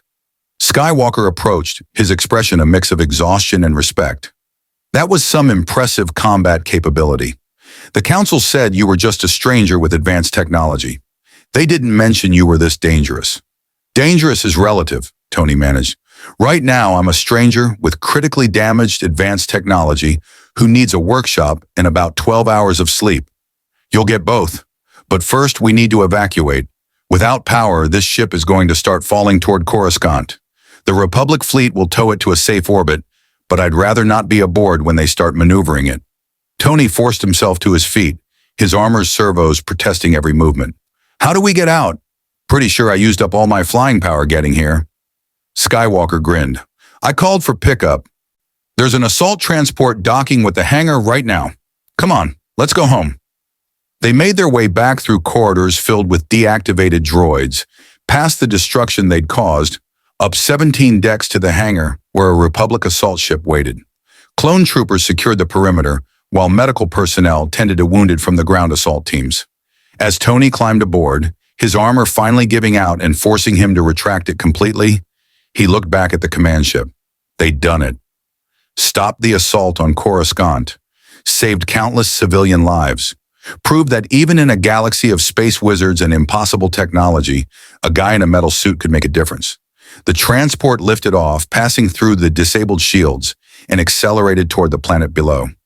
Through the viewport, Tony could see the battle winding down, Separatist forces retreating, Republic ships establishing control, and Coruscant City slowly recovering from the assault. Skywalker sat beside him, wiping blood from a cut on his forehead. "You know, Iron Man, when the Council told me about you, I thought you'd be a liability, someone we'd have to protect while you figured out this galaxy. And now? Now I think you might be exactly what we need. Someone who doesn't think like us, doesn't fight like us, but gets the job done anyway." He extended his hand. "Welcome to the war. Officially this time." Tony looked at that offered hand, thought about everything he'd seen and done since crashing on Coruscant, and made a decision he suspected he'd spend months questioning. He shook Skywalker's hand. "Just so we're clear," Tony said, "I'm not joining your army. I'm not taking orders from your Republic. But if people need help and I can provide it, I will, on my terms." "Fair enough," Skywalker said. "Though I have a feeling you're going to find that staying neutral in this war is harder than you think." Tony didn't have an answer for that.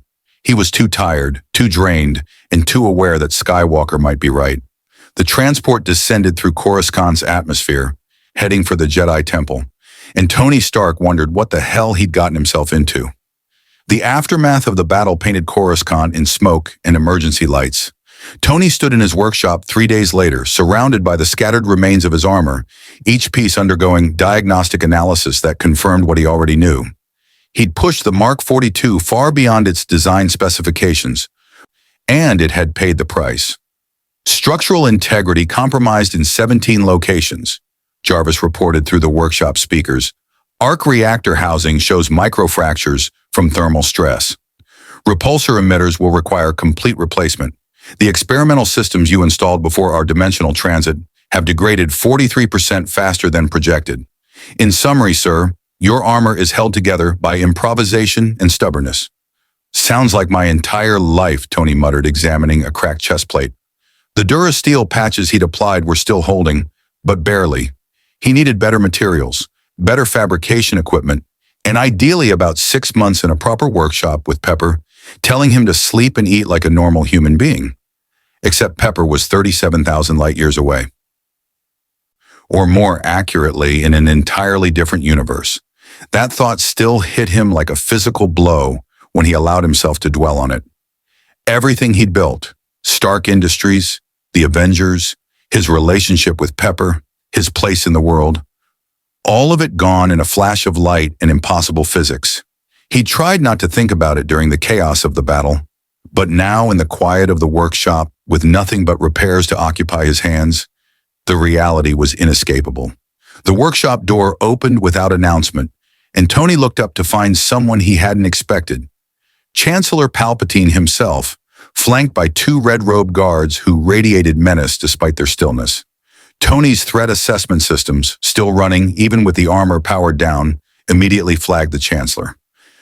There was something about the man that set off every instinct Tony had honed through years of dealing with corrupt politicians and hidden enemies. The smile was too practiced, the eyes too calculating, the whole presentation too perfectly calibrated for maximum trustworthiness. "Mr. Stark," Palpatine said, his voice warm and grandfatherly, "I hope I'm not interrupting. I've been eager to meet the hero who saved so many lives during the Separatist assault." "Chancellor," Tony replied neutrally, setting down the damaged chest plate. "I wasn't expecting a personal visit. Thought you'd be busy running a galactic government. Even in wartime, I make time for matters of importance. And you, Mr. Stark, have become quite important indeed." Palpatine moved through the workshop with casual confidence, his eyes taking in the scattered technology with undisguised interest. "Remarkable work. The Jedi inform me your armor is entirely self-contained. No connection to the Force, no dependence on our technology. Pure engineering achievement." "It's what I do," Tony said, watching the Chancellor carefully. "Though I have to say, having the head of state show up in my workshop is unusual. You must want something." Palpatine laughed, a calculated sound that didn't quite reach his eyes. "Direct. I appreciate that. Yes, Mr. Stark, I do want something. I want to understand you. You arrived from beyond our galaxy, possessing technology that rivals our most advanced systems, and within days you're engaging in military operations that turn the tide of battle. You're an anomaly, a variable I cannot predict. And in war, unpredictable variables are either tremendous assets or catastrophic liabilities. And you want to know which one I am. I want to offer you an opportunity. Palpatine gestured broadly, as if encompassing the entire galaxy. The Republic is fighting for its survival against an enemy that seeks to tear apart everything we've built over 1,000 generations. We need every advantage we can get. Your technology, your tactical mind, your combat capabilities. These could make a significant difference in the war effort. Tony had heard this speech before. Different words, different speaker, but the same essential pitch. Join us. Give us your weapons. Help us win. Trust us with power we promise not to abuse. Let me guess, Tony said. You want me to mass-produce my armor, outfit Republic forces with Iron Man technology, give you an army of flying soldiers who can take on Separatist droids more effectively than clone troopers. Not just that, Palpatine said, his voice taking on a more intimate tone. I want you to work with Republic intelligence and the Jedi Council to develop countermeasures against Separatist technology. I want you to train pilots in your combat techniques. I want you to become part of the Republic's defense infrastructure in a meaningful way. He paused. And in return, I'm prepared to offer you resources beyond anything you've had access to. Unlimited funding, the best scientists and engineers in the galaxy, access to classified technologies that could help you find a way home. There it was, the carrot after the stick, the thing Tony wanted most, a way back to his own universe, dangled as incentive to cooperate. That's a generous offer, Tony said carefully. Almost too generous. Makes me wonder what you're really after. Palpatine's expression shifted, becoming more serious. I'm after survival, Mr. Stark. The Separatists have momentum. Their droid armies are endless. Their corporate backers have resources the Republic cannot match. And behind it all, there are whispers of something worse. Sith influence, dark side corruption, forces that seek to destroy not just the Republic, but the Jedi Order itself. He met Tony's eyes with unsettling intensity. The galaxy is balanced on a knife's edge. One wrong move, and everything falls into darkness. I need people I can trust to help prevent that. And you think you can trust me? Someone you've known for less than a week? I think, Palpatine said slowly, that you're someone who acts based on principle rather than political convenience. I've reviewed the battle reports. You prioritize civilian casualties over military targets. You risked your life to save people you'd never met. That speaks to character, to integrity. These are qualities in short supply during wartime. Tony wanted to believe him.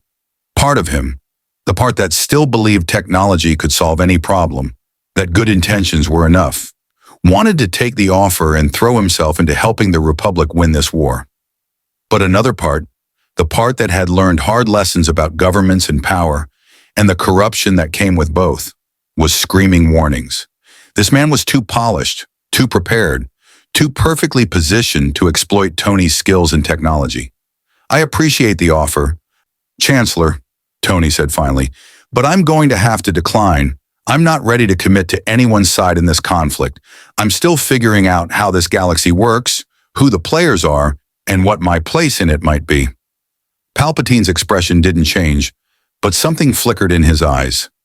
Disappointment, perhaps, or calculation. I understand your hesitation. You're in an unfamiliar situation, processing recent trauma, uncertain about the future. But Mr. Stark, I must caution you, neutrality is a luxury we cannot afford in wartime. Eventually, you'll have to choose a side.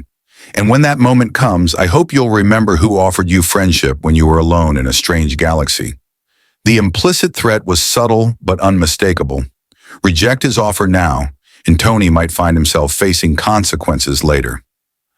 I'll keep that in mind, Tony said, his voice deliberately neutral. Palpatine nodded, turning to leave. At the doorway, he paused. One more thing, Mr. Stark. Be careful who you trust. The Jedi are noble, yes, but they are also dogmatic and limited by their own philosophies. They may not understand you, may not appreciate what you're trying to achieve. If you ever feel that the Council is restricting you, that their rules are preventing you from doing what's necessary, my door is always open." Then he was gone, his guards following like shadows, leaving Tony alone in the workshop with a knot of unease in his stomach. "Jarvis, did you record that conversation?"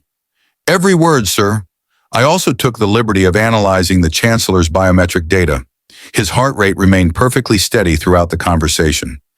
His respiration controlled, his micro-expressions minimal. Either he's extraordinarily well-trained in deception, or he believes everything he said. Or both," Tony muttered. "What's your assessment?"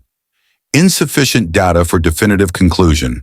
However, I note that his offer conveniently addresses your primary vulnerabilities: isolation, resource scarcity, and desire to return home. The tactics are consistent with sophisticated manipulation." "Yeah, I got that impression too." Tony returned to his armor repairs, but his mind was churning. The Chancellor's visit had confirmed something he'd suspected since arriving in this galaxy. The Clone Wars weren't simple. There were layers he didn't understand, factions within factions, and political maneuvering that went far beyond the stated conflict between Republic and Separatists. His comlink chimed. Master Windu's voice came through, formal and controlled. "Mr. Stark, the Council requests your presence. We have a situation that may require your unique capabilities." "On my way," Tony replied, sealing his armor's storage containers and heading for the Council chambers. When he arrived, he found the Council assembled in full, all 12 Masters present via hologram or in person. The atmosphere was tense, urgent in a way that set his nerves on edge. "Mr. Stark," Yoda said without preamble, "intelligence we have received. Concerning it is a Separatist facility on Geonosis, hidden it was thought. Developing new weapons they are. Weapons designed to counter Jedi specifically," Master Windu elaborated, pulling up holographic schematics. "Count Dooku has been working on electromagnetic pulse weapons optimized to disable lightsabers. If deployed widely, they could neutralize our greatest tactical advantage. We need to destroy this facility before the weapons enter mass production." "And you want me because?" Tony asked, though he already knew the answer.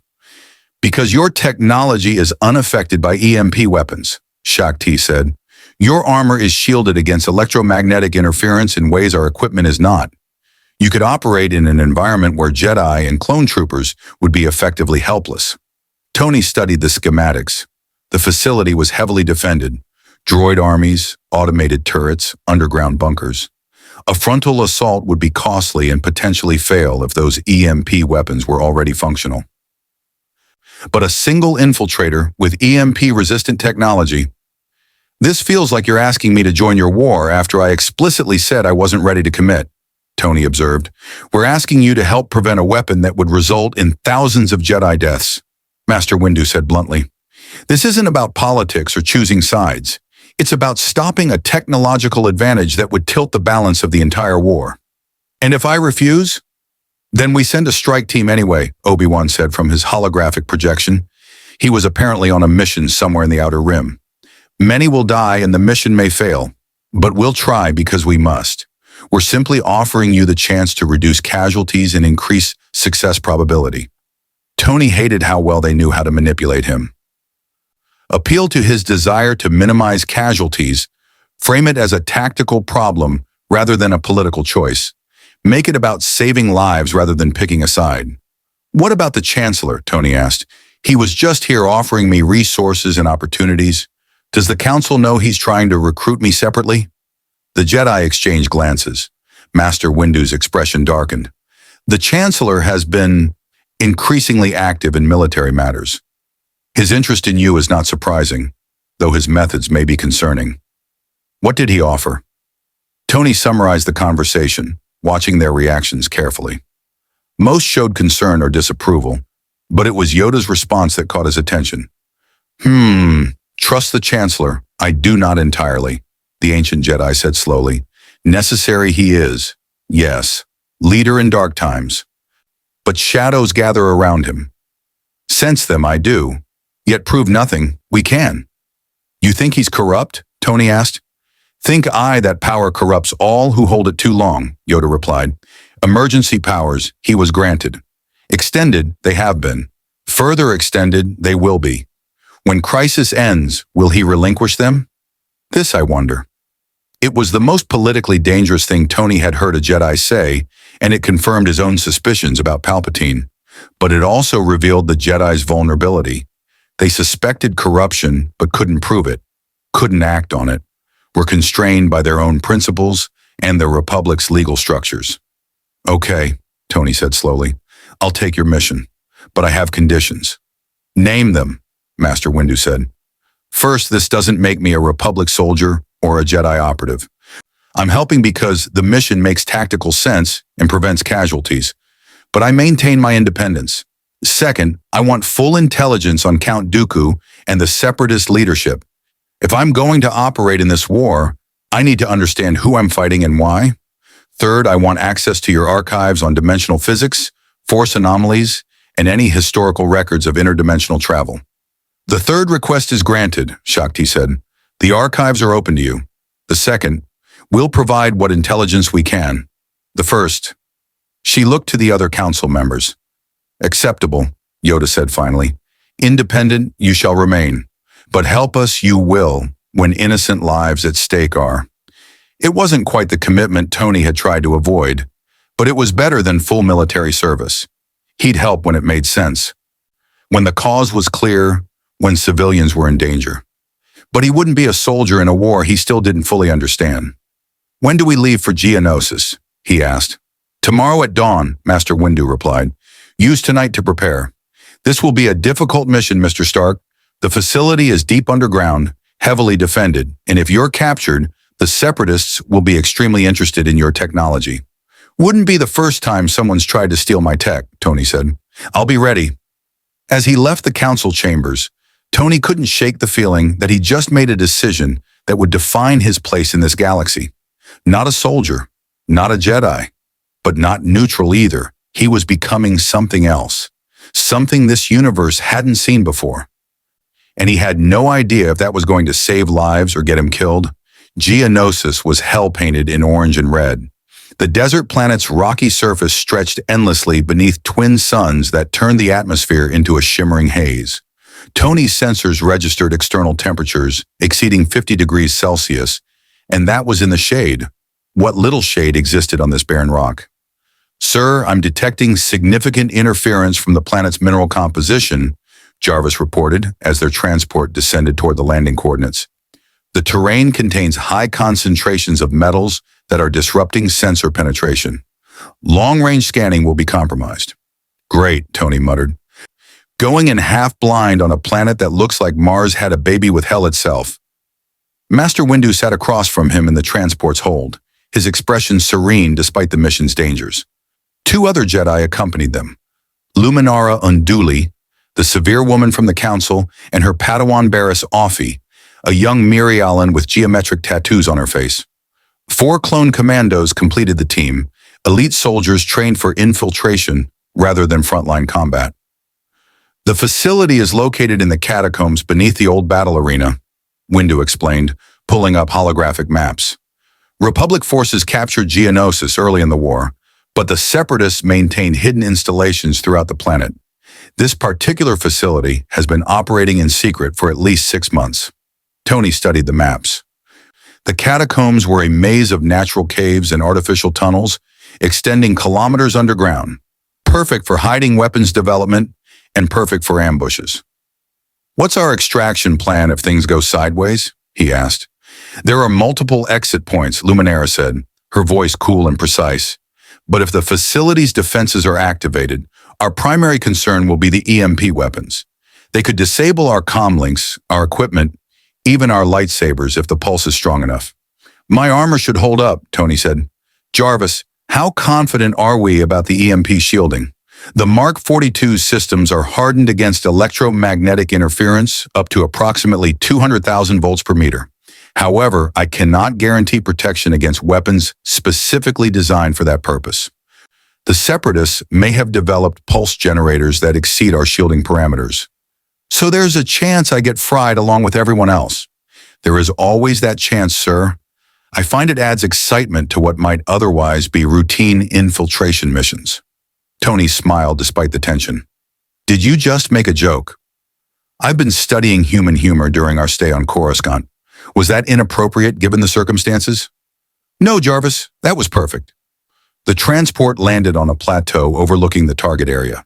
The old battle arena was visible in the distance, a massive structure carved into the rock, now scarred by turbo-laser fire and overgrown with the planet's sparse vegetation. According to intelligence, the entrance to the catacombs lay within the arena's lower levels. The team disembarked into the scorching heat. The clone commandos immediately established a perimeter, their enhanced vision and training evident in their efficient movements. Tony's armor maintained comfortable internal temperature, but he could see the Jedi adjusting to the harsh environment through what he assumed was force-enhanced endurance. Stay close, Windu ordered. Geonosis is still contested territory. We may encounter Separatist patrols or indigenous species. The Geonosians who originally inhabited this planet have mostly retreated underground, but they're hostile to all outsiders. They moved toward the arena in a tactical formation, with Tony providing aerial reconnaissance.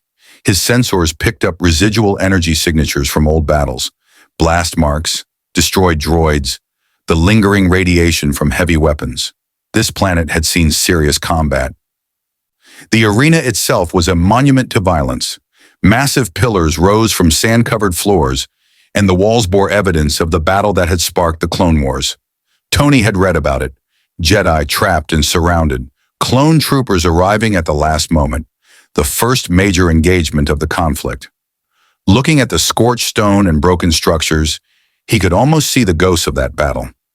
The entrance is through the execution chambers, Luminara said, leading them down a ramp into the arena's underbelly. The Geonosians used these tunnels to transport prisoners. The Separatists converted them into secure access points. The tunnels were dark, lit only by emergency lighting that cast everything in sickly green. Tony's night vision compensated automatically, painting the corridors in enhanced detail. His sensors detected automated defenses, pressure plates, motion sensors, laser grids designed to shred intruders. Jarvis, map the security systems. Mapping complete. I'm detecting a pattern consistent with military-grade protection. However, the systems appear outdated by approximately 3 years. I can spoof most of them. Tony's HUD overlaid the security grid onto his vision, showing safe paths through the defenses. He transmitted the data to the team's comm links, and they navigated the tunnels with careful precision. One of the clone commandos nearly triggered a pressure plate, but Tony caught it in time, directing them around the trap. They descended deeper, past execution chambers where prisoners had once faced death, through maintenance tunnels that smelled of lubricant and decay. The temperature dropped as they went underground, and Tony's sensors detected artificial cooling systems, evidence of active habitation. We're getting close, Windu said quietly, his hand near his lightsaber. I sense machinery, complex systems, and something else. His expression darkened. Count Dooku has been here recently. His presence lingers in the Force. Can you track him? Tony asked. The Force isn't a tracking device, Mr. Stark, but I can sense his influence on this place. He's invested significant attention in whatever they're developing here. They emerged into a massive underground chamber, and Tony's sensors went into overdrive. The space was enormous, easily 100 meters across, with high ceilings supported by natural rock formations. But it was what filled the chamber that made Tony's blood run cold. Weapons. Thousands of them, arranged in orderly rows, each one roughly the size of a rifle, but with design elements that screamed exotic technology. The barrels terminated in unusual configurations, and power packs glowed with unstable energy signatures. The EMP weapons, Luminara breathed. They've already manufactured them. Jarvis, analysis. The devices appear to be directed electromagnetic pulse emitters. They generate focused energy bursts designed to overload electronic systems and disrupt electromagnetic fields. Based on the power readings, they could effectively disable lightsabers within a 15-meter radius. They could also interfere with force abilities that involve electromagnetic manipulation. You can disrupt the Force with technology? Tony asked. Apparently so, Windu said grimly. This is more sophisticated than we anticipated. If these weapons reach the front lines... He didn't need to finish. Tony understood the implications. The Jedi's combat advantage came from their lightsabers and Force abilities. Take those away, and they were just highly trained warriors facing armies of droids that could fight indefinitely without rest or fear. We need to destroy this facility, Luminara said. All of it. The weapons, the manufacturing equipment, the research data. Agreed, Windu replied. Commandos, set charges on the support pillars. Mr. Stark, can your armor's weapons trigger a chain reaction in those power packs? Tony examined the weapons through his sensors. The power packs were unstable. Deliberately so, probably to maximize the pulse output. Very concentrated energy strike could cause them to overload and detonate. With thousands of them packed together. Yeah, I can do it, but we'll need to be clear of the blast radius. Jarvis, calculate safe distance. 200 meters minimum, sir, and I recommend we evacuate quickly. The chain reaction will be substantial. The clone commandos worked with practiced efficiency, placing thermal detonators on the chamber's support structures. Tony positioned himself for the shot, calculating angles and energy output. The mission was going smoothly. Too smoothly, a voice in the back of his mind warned. That's when the lights went out. Emergency lighting activated, painting everything in red. And from the chamber's far entrance, they heard the distinctive sound of battle droids activating, thousands of mechanical voices saying in unison, Roger! Roger! It's a trap, Barriss shouted, igniting her lightsaber. The chamber flooded with droids, not just infantry, destroyers, supers, and dozens of the Magna Guards Tony had fought aboard the command ship. They poured from hidden entrances on all sides, weapons already firing, creating a killing field with the Jedi team caught in the center.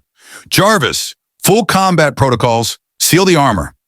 Tony's faceplate snapped shut as blaster fire filled the chamber. His shields flared, absorbing the initial barrage, and he returned fire with his repulsors. Clone commandos took cover behind weapons crates, their rifles creating precise, suppressing fire. The Jedi moved like dancers, their lightsabers deflecting bolts in patterns that seemed impossible. But they were surrounded, outnumbered at least 100 to 1, and more droids were coming. The charges! Windu shouted over the chaos. We need time to set them properly. I'll buy you time. Tony accelerated toward the main droid formation, drawing their fire. His armor's weapon systems unleashed everything. Repulsors, micro-missiles, the chest unibeam cutting through droid ranks like a laser through fog.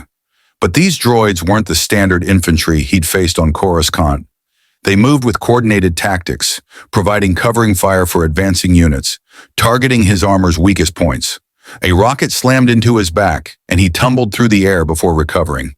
Shield integrity at 72%, Jarvis warned, taking significant damage.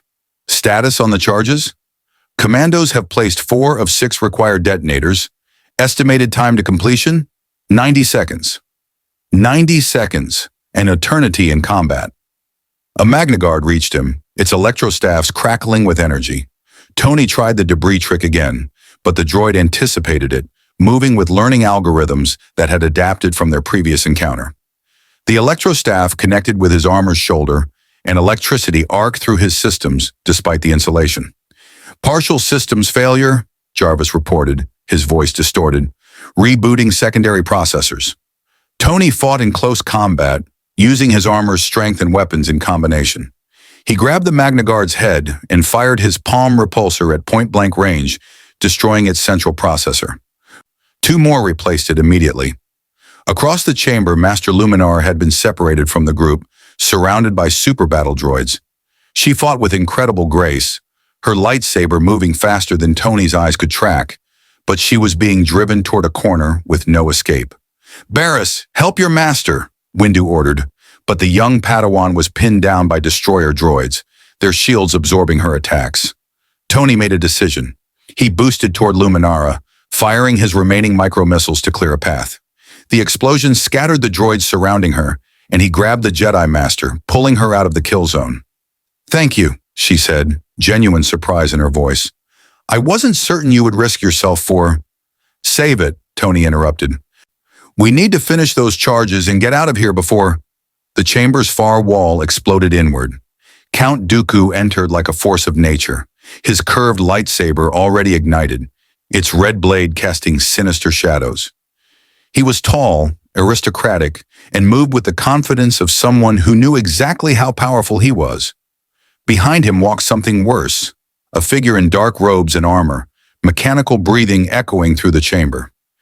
General Grievous, Jarvis identified, cyborg commander of the Separatist droid armies, confirmed kills of over 30 Jedi, extremely dangerous.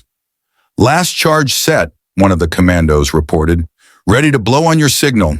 Dooku's eyes swept the chamber and settled on Windu with cold recognition. Mace, how predictable. The Republic sends its champions to destroy what they fear rather than understand. Your weapons would slaughter thousands of Jedi, Windu replied, his lightsaber held in a defensive guard. We won't allow it. Allow? Dooku smiled. You have no power here, old friend. You're surrounded, outnumbered, and about to discover that your force abilities have limitations you've never considered. He raised his hand, and the chamber's walls came alive with energy. Massive emitters activated, filling the space with electromagnetic pulses that made Tony's armor scream warnings. His HUD flickered and died. System failures cascaded through every processor, and the Jedi's lightsabers went out. All of them, simultaneously.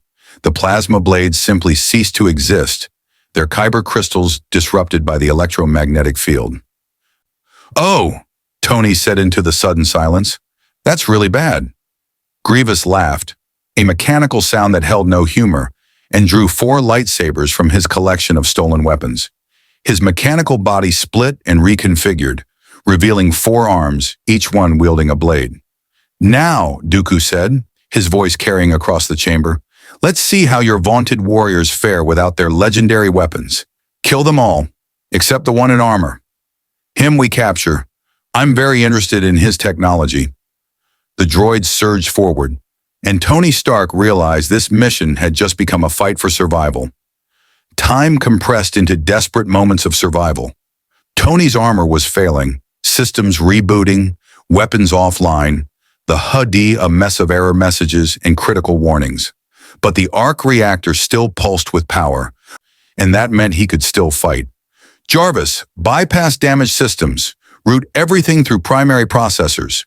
Working, sir.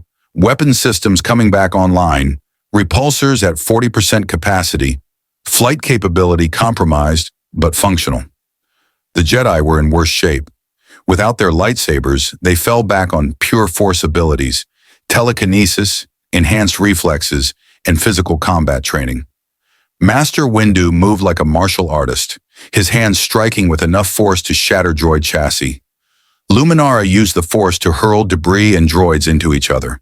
But without their primary weapons, they were vulnerable in ways Tony had never seen. General Grievous advanced on them like death incarnate, his 4 arms spinning stolen lightsabers in a pattern designed to overwhelm and kill. He targeted Barriss first, the youngest, least experienced. The young Padawan dodged his initial strike through pure instinct, but the second blade caught her across the shoulder. She screamed and fell, blood bright against her robes. Barriss! Luminara's control shattered. She sprinted toward her apprentice, the force propelling her with desperate speed. Tony got there first. His repulsors flared, and he slammed into Grievous with enough force to drive the cyborg back. The lightsabers came at him immediately, 4 blades seeking weak points in his armor with mechanical precision. Tony blocked with his gauntlets, the plasma burning across durasteel patches, then fired his chest unibeam at point-blank range. Grievous's armor absorbed most of the blast, but the impact sent him stumbling. Tony used the opening to grab Barriss and boost back toward the team's position, his damaged flight systems protesting every meter. She needs medical attention, Tony said, setting the wounded Padawan down beside the clone commandos. Now! One of the commandos was already pulling out a medical kit. The others maintained covering fire, their rifles picking off droids with impressive accuracy despite the chaos. Dooku watched the scene with detached interest, making no move to join the combat personally. He stood at the chamber's entrance like a conductor observing his orchestra of violence. occasionally gesturing to redirect droid formations or adjust their tactics. "Impressive, Iron Man," the Sith Lord called out. "You fight to protect others rather than yourself. How very Jedi of you. Though I wonder, how long can you maintain that selflessness when your own survival is threatened?"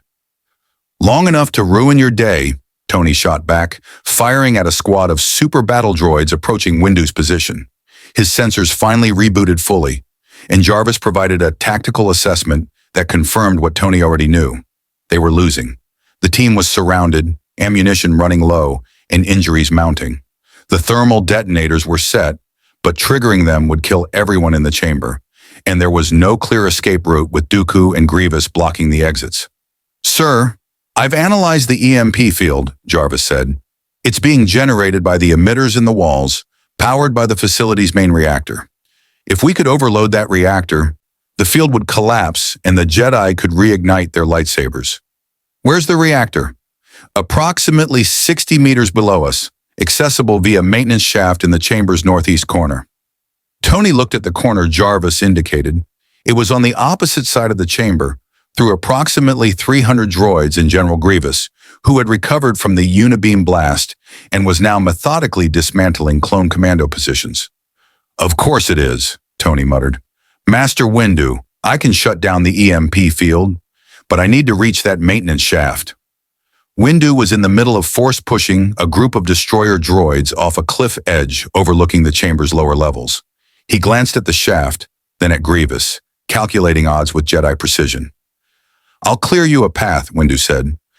"But once you're down there, you're on your own. We can't follow you through that shaft. It's too narrow for anything but droids or someone in armor." "Story of my life. Jarvis, plot the fastest route." "Sir, I must note that even if you successfully shut down the reactor, the resulting power failure will also disable your armor's external systems for approximately 30 seconds. You'll be vulnerable during the reboot sequence. Add it to the list of bad ideas I've executed today." Master Windu gathered the remaining Jedi and clones. Luminara had recovered from her emotional break, her face set in grim determination. Even wounded, Barriss was on her feet, using the Force to augment her failing body. The clone commandos checked their weapons and ammunition, their identical faces showing no fear despite the impossible odds. "On my mark," Windu said, his voice carrying absolute authority. "We push forward together. Mr. Stark reaches that shaft or we all die trying." "Inspiring pep talk," Tony said. "It's the truth," Windu replied. "Now move!" The Jedi exploded into action. Windu led the charge, his hands moving in complex patterns as he seized droids through the Force and hurled them into their companions with bone-crushing force. Luminara created a whirlwind of debris that shredded battle droids caught in its path. The clone commandos advanced in perfect formation, their rifles never stopping, each shot precisely aimed and devastatingly effective. And Tony flew. His damaged repulsors screamed in protest, but they held together. He accelerated toward the maintenance shaft, weaving through blaster fire and droid formations. His weapon systems were running on minimal power, but he made every shot count. Repulsor blasts taking out critical targets, his remaining missiles clearing obstacles from his path. Grievous saw him coming. The cyborg general abandoned his assault on the clone positions and intercepted Tony's trajectory with mechanical precision. All 4 lightsabers formed a barrier of plasma death, and Grievous's optical sensors fixed on Tony with predatory focus. "You will not escape, insect," Grievous hissed, his voice a mechanical rasp. "Your technology will be mine. Your armor will be studied, and your body will join my collection of defeated enemies." Tony didn't slow down. He diverted all remaining power to his chest-mounted unibeam and fired while still in flight. The concentrated energy beam punched through Grievous's defensive lightsaber pattern, struck his chest plate, and sent the cyborg spinning backward. Tony used the opening to dive into the maintenance shaft. The shaft was barely wide enough for his armor. He scraped against metal walls, his sensors detecting structural damage with every meter of descent. Emergency lighting flickered, casting everything in red and shadow. His HUD painted the route to the reactor. 60 meters down, then a horizontal crawl through maintenance tunnels that weren't designed for anything larger than maintenance droids. Behind and above him, he could hear the battle continuing. Blaster fire, Explosions. The distinctive sound of the Force being wielded with desperate intensity. His team was buying him time with their lives, and he couldn't waste a second. The shaft opened into a maintenance corridor, and Tony forced his damaged armor through the narrow space. His shoulder pauldrons scraped against the ceiling. His weapon systems had to be retracted completely to fit. If he encountered hostiles down here, he'd have maybe 2 seconds of reaction time before they could shoot him in a space where dodging was impossible. Jarvis, how are we doing on power? Arc reactor at 32% capacity and falling. The armor is consuming energy faster than the reactor can generate it due to damage and emergency protocols. At current consumption, we'll reach critical shutdown in approximately 8 minutes. Then let's make sure we're done in 7. The corridor ended at a blast door marked with warning symbols. Tony's translator identified as authorized personnel only and lethal radiation beyond this point. He punched through the door with a gauntlet strike, his armor's strength sufficient to crumple the durasteel like aluminum foil. Beyond lay the reactor chamber. It was smaller than the massive plasma sphere aboard the Separatist command ship, more like a high-output generator than a capital ship's power source. But it was still impressive engineering, a sphere of contained fusion energy that powered the entire facility. Control panels surrounded it, monitoring systems flashing status updates in languages Jarvis was still translating. Sir, I've accessed the reactor's control systems. The design is similar to Republic technology, but modified for higher output. I can trigger an overload that will shut down all power to the facility, including the EMP emitters. However, let me guess, there's a catch. The overload will also trigger the facility's self-destruct sequence. We'll have approximately 90 seconds to evacuate before the reactor undergoes complete containment failure. The resulting explosion will have a yield equivalent to approximately 50 kilotons. Tony thought about the thermal detonators the commandos had placed, about the thousands of EMP weapons that would detonate in a chain reaction, about the Jedi fighting 3 levels above him with no lightsabers and failing strength. Do it, he said. Trigger the overload. And Jarvis, send a message to Master Windu. Tell him he's got 90 seconds to get everyone out. Transmitting now. Sir, I should mention that your armor's flight capability may not be sufficient to evacuate in time, given current damage levels. Then I guess we're about to test the armor's maximum performance under life-threatening conditions. Wouldn't be the first time. Jarvis initiated the overload sequence. The reactor's hum changed pitch, becoming unstable. Warning klaxons began blaring throughout the facility. The lights flickered, steadied, then flickered again as the reactor's output spiked beyond safe parameters. Tony turned and ran. The maintenance corridor seemed longer on the return trip. His armor scraped against walls, servos whining in protest. Behind him, he could hear the reactor destabilizing, its containment fields beginning to fail. Jarvis counted down in his ear, 80 seconds, 75, 70. He reached the maintenance shaft and boosted upward with everything his repulsors had left. The armor's flight systems were operating at 20% capacity, barely enough to lift him against gravity, and the narrow shaft made maneuvering nearly impossible. He ricocheted off walls, denting the armor further, but he was ascending. 60 seconds. He emerged into the main chamber to find the EMP field had collapsed. The Jedi's lightsabers blazed to life, blue, green, and purple plasma, cutting through the darkness. The balance of combat had shifted immediately. Master Windu was engaged with Count Dooku, their lightsabers clashing in patterns too fast for Tony's eyes to follow. Luminara and the commandos were fighting toward the exit, carrying the wounded Barriss between them, and General Grievous stood between Tony and the exit, all 4 lightsabers spinning in a defensive pattern. 50 seconds. Move! Tony shouted at Grievous. This whole place is about to explode. Then we die together, Grievous replied, advancing with mechanical precision. Tony's weapons were still offline, his power reserves at critical levels. He couldn't fight Grievous. Not here, not now, not with less than a minute before a nuclear-level explosion vaporized everything within a kilometer. So he did something crazy. He flew straight at Grievous at maximum velocity, using his armor's mass and momentum as a weapon. The cyborg's lightsabers cut into the armor's exterior, carving through durasteel and damaging systems. But Tony's trajectory was already committed. He slammed into Grievous with enough force to shatter the cyborg's chest plate and drive them both toward the exit.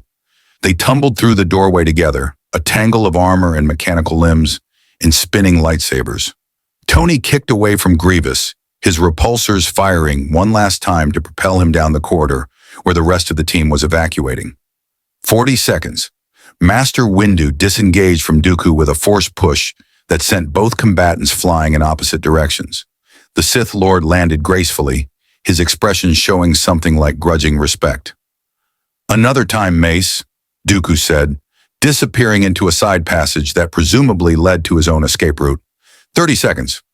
The team ran through corridors that were collapsing around them. Structural supports buckled as the reactor's containment began catastrophic failure. Rocks fell from the ceiling. The temperature was rising rapidly as coolant systems failed and superheated gases vented into the facility. Tony's armor was barely functional. Flight systems offline, weapons depleted, structural integrity at critical levels. He ran on foot beside the Jedi, his arc reactor pushing his muscles beyond normal human limits, carrying one of the wounded commandos who couldn't keep pace. 20 seconds. They burst from the underground facility into the Geonosis sunlight. The blast had blown open an emergency exit, and they emerged onto the desert surface with sand and heat and the twin suns blazing overhead. "Keep running," Windu ordered. "We need distance." 10 seconds. Tony's legs were burning, his lungs screaming for oxygen despite the armor's life support. The wounded were slowing them down, but no one was being left behind. He could see their transport in the distance, maybe 200 meters away, its engines already warming for immediate liftoff. 5 seconds. They dove into the transport's hold, bodies piling in without regard for dignity or order. The pilot, a clone trooper with ice in his veins, lifted off before everyone was fully aboard, the ship's engines screaming as it climbed for altitude. 3 seconds. Through the transport's viewport, Tony saw the facility entrance collapse inward, followed by a brilliant flash of light. 0. The reactor detonated. The explosion was beautiful and terrible. It erupted from underground like a volcano, a pillar of superheated plasma and debris that punched through the desert surface and climbed toward the sky. The shockwave hit their transport like a physical blow, tossing the ship sideways and triggering every alarm in the cockpit. But they were airborne, climbing, accelerating away from the blast radius. The chain reaction from the EMP weapons added to the destruction, secondary explosions creating a cascade of fire and fury that consumed the entire facility complex. Tony watched through the viewport as the explosion's mushroom cloud rose into Geonosis's atmosphere, a monument to destruction and desperate victory. Then his armor finally gave out, systems shutting down one by one, and darkness claimed him. He woke up hours later in the Jedi Temple's medical wing, his armor in pieces around him, and Master Windu sitting in a chair beside the bed. "Welcome back," Windu said quietly. "You've been unconscious for 6 hours.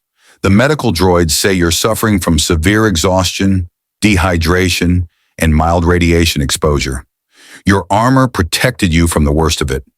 Tony's throat was raw. "The mission? Complete. The facility is destroyed, along with every EMP weapon they manufactured. Barriss will recover fully, though she'll need time. We lost one commando. He didn't make it to the transport. The others are being treated for injuries." Windu paused. "You saved our lives down there. The Council has been discussing what that means. And we've agreed that you're not just a stranger anymore. You've proven yourself in combat, saved Jedi lives, and asked for nothing in return except the freedom to make your own choices." Windu's expression softened slightly. "The Council has voted to grant you full access to our archives, unrestricted, including the forbidden sections on dark side knowledge, dimensional anomalies, and force techniques we normally reserve for masters only." Tony tried to sit up and discovered every muscle in his body hurt. "Why would you do that?" "Because you've earned our trust, and because if anyone can find a way home through knowledge and determination, it's you." Windu stood, preparing to leave. "Rest, Mr. Stark. Your war is just beginning." After Windu left, Tony lay in the medical bed, staring at the pieces of his armor. The Mark 42 had saved his life one more time, but it was barely holding together. He needed better materials, better design, better everything. But more than that, he needed purpose, a direction, something to fight for in this galaxy that wasn't just survival. His comm link chimed. A message from Anakin Skywalker. Heard what you did on Geonosis. Impressive. When you're back on your feet, let's talk. I think we could use someone like you in the war. Someone who doesn't think like a Jedi or fight like a soldier. Someone who just gets things done. Anakin. Tony smiled despite the pain. Maybe he had found his place in this universe after all. Not a soldier, not a Jedi, but something new. Iron Man, the armored stranger who fought for the innocent, who refused to be controlled, who used technology and determination to carve his own path through an impossible galaxy. The war was far from over. Count Dooku was still out there. General Grievous had survived. Chancellor Palpatine was still playing his political games. And somewhere in this vast galaxy, there had to be a way home. But for now, Tony Stark had something he hadn't had since crashing on Coruscant. Purpose. And in a galaxy consumed by war, sometimes purpose was enough. 3 months had passed since Geonosis, and Tony Stark had become something of a legend in the Clone Wars. Republic soldiers told stories of the Iron Knight who fought without the Force, who flew through battlefields like an avenging angel in red and gold. Separatist commanders issued tactical advisories about an armored warrior whose technology defied their understanding. And throughout the Jedi Order, debate raged about what his presence meant for the galaxy's future. Tony stood in his expanded workshop. The Council had provided him with an entire wing of the temple after Geonosis, surrounded by the fruits of months of work. The Mark 43 armor hung on a diagnostic rack, a hybrid of Earth engineering and Star Wars technology that represented everything he'd learned in this universe. Beskar alloy reinforcement from Mandalorian traders. Kyber crystal power focusing from Jedi archives. Repulsor technology refined through Republic engineering principles. And at its heart, the arc reactor, pulsing with energy that somehow resonated with the Force despite his complete inability to wield it. Jarvis had evolved too. His integration with galactic networks had made him exponentially more sophisticated, capable of understanding not just technology, but the subtle politics and cultural nuances of a civilization spanning millions of worlds. "Sir, you have 3 priority messages," Jarvis reported. "Master Windu requests your presence at a council briefing regarding Separatist movements in the Outer Rim. General Skywalker wants to coordinate a joint operation on Felucia. And Chancellor Palpatine has extended another invitation to discuss matters of galactic importance." Tony studied his reflection in the armor's polished surface. He'd changed since arriving in this galaxy. Harder, more focused, but also more aware of the cost of power and the responsibility that came with it. He'd fought alongside Jedi, saved clone troopers who were bred for war and knew nothing else, and seen the Republic's ideals tested against the brutal reality of galactic conflict. And he'd learned something troubling. The more he studied the Clone Wars, the more he accessed restricted intelligence, the more he couldn't shake the feeling that something was fundamentally wrong. Both sides seemed to be following a script, escalating in lockstep, prolonging a war that should have ended months ago. Count Dooku's strategies sometimes felt deliberately designed to fail. Palpatine's emergency powers kept expanding, and the Jedi, for all their wisdom, couldn't see the trap closing around them.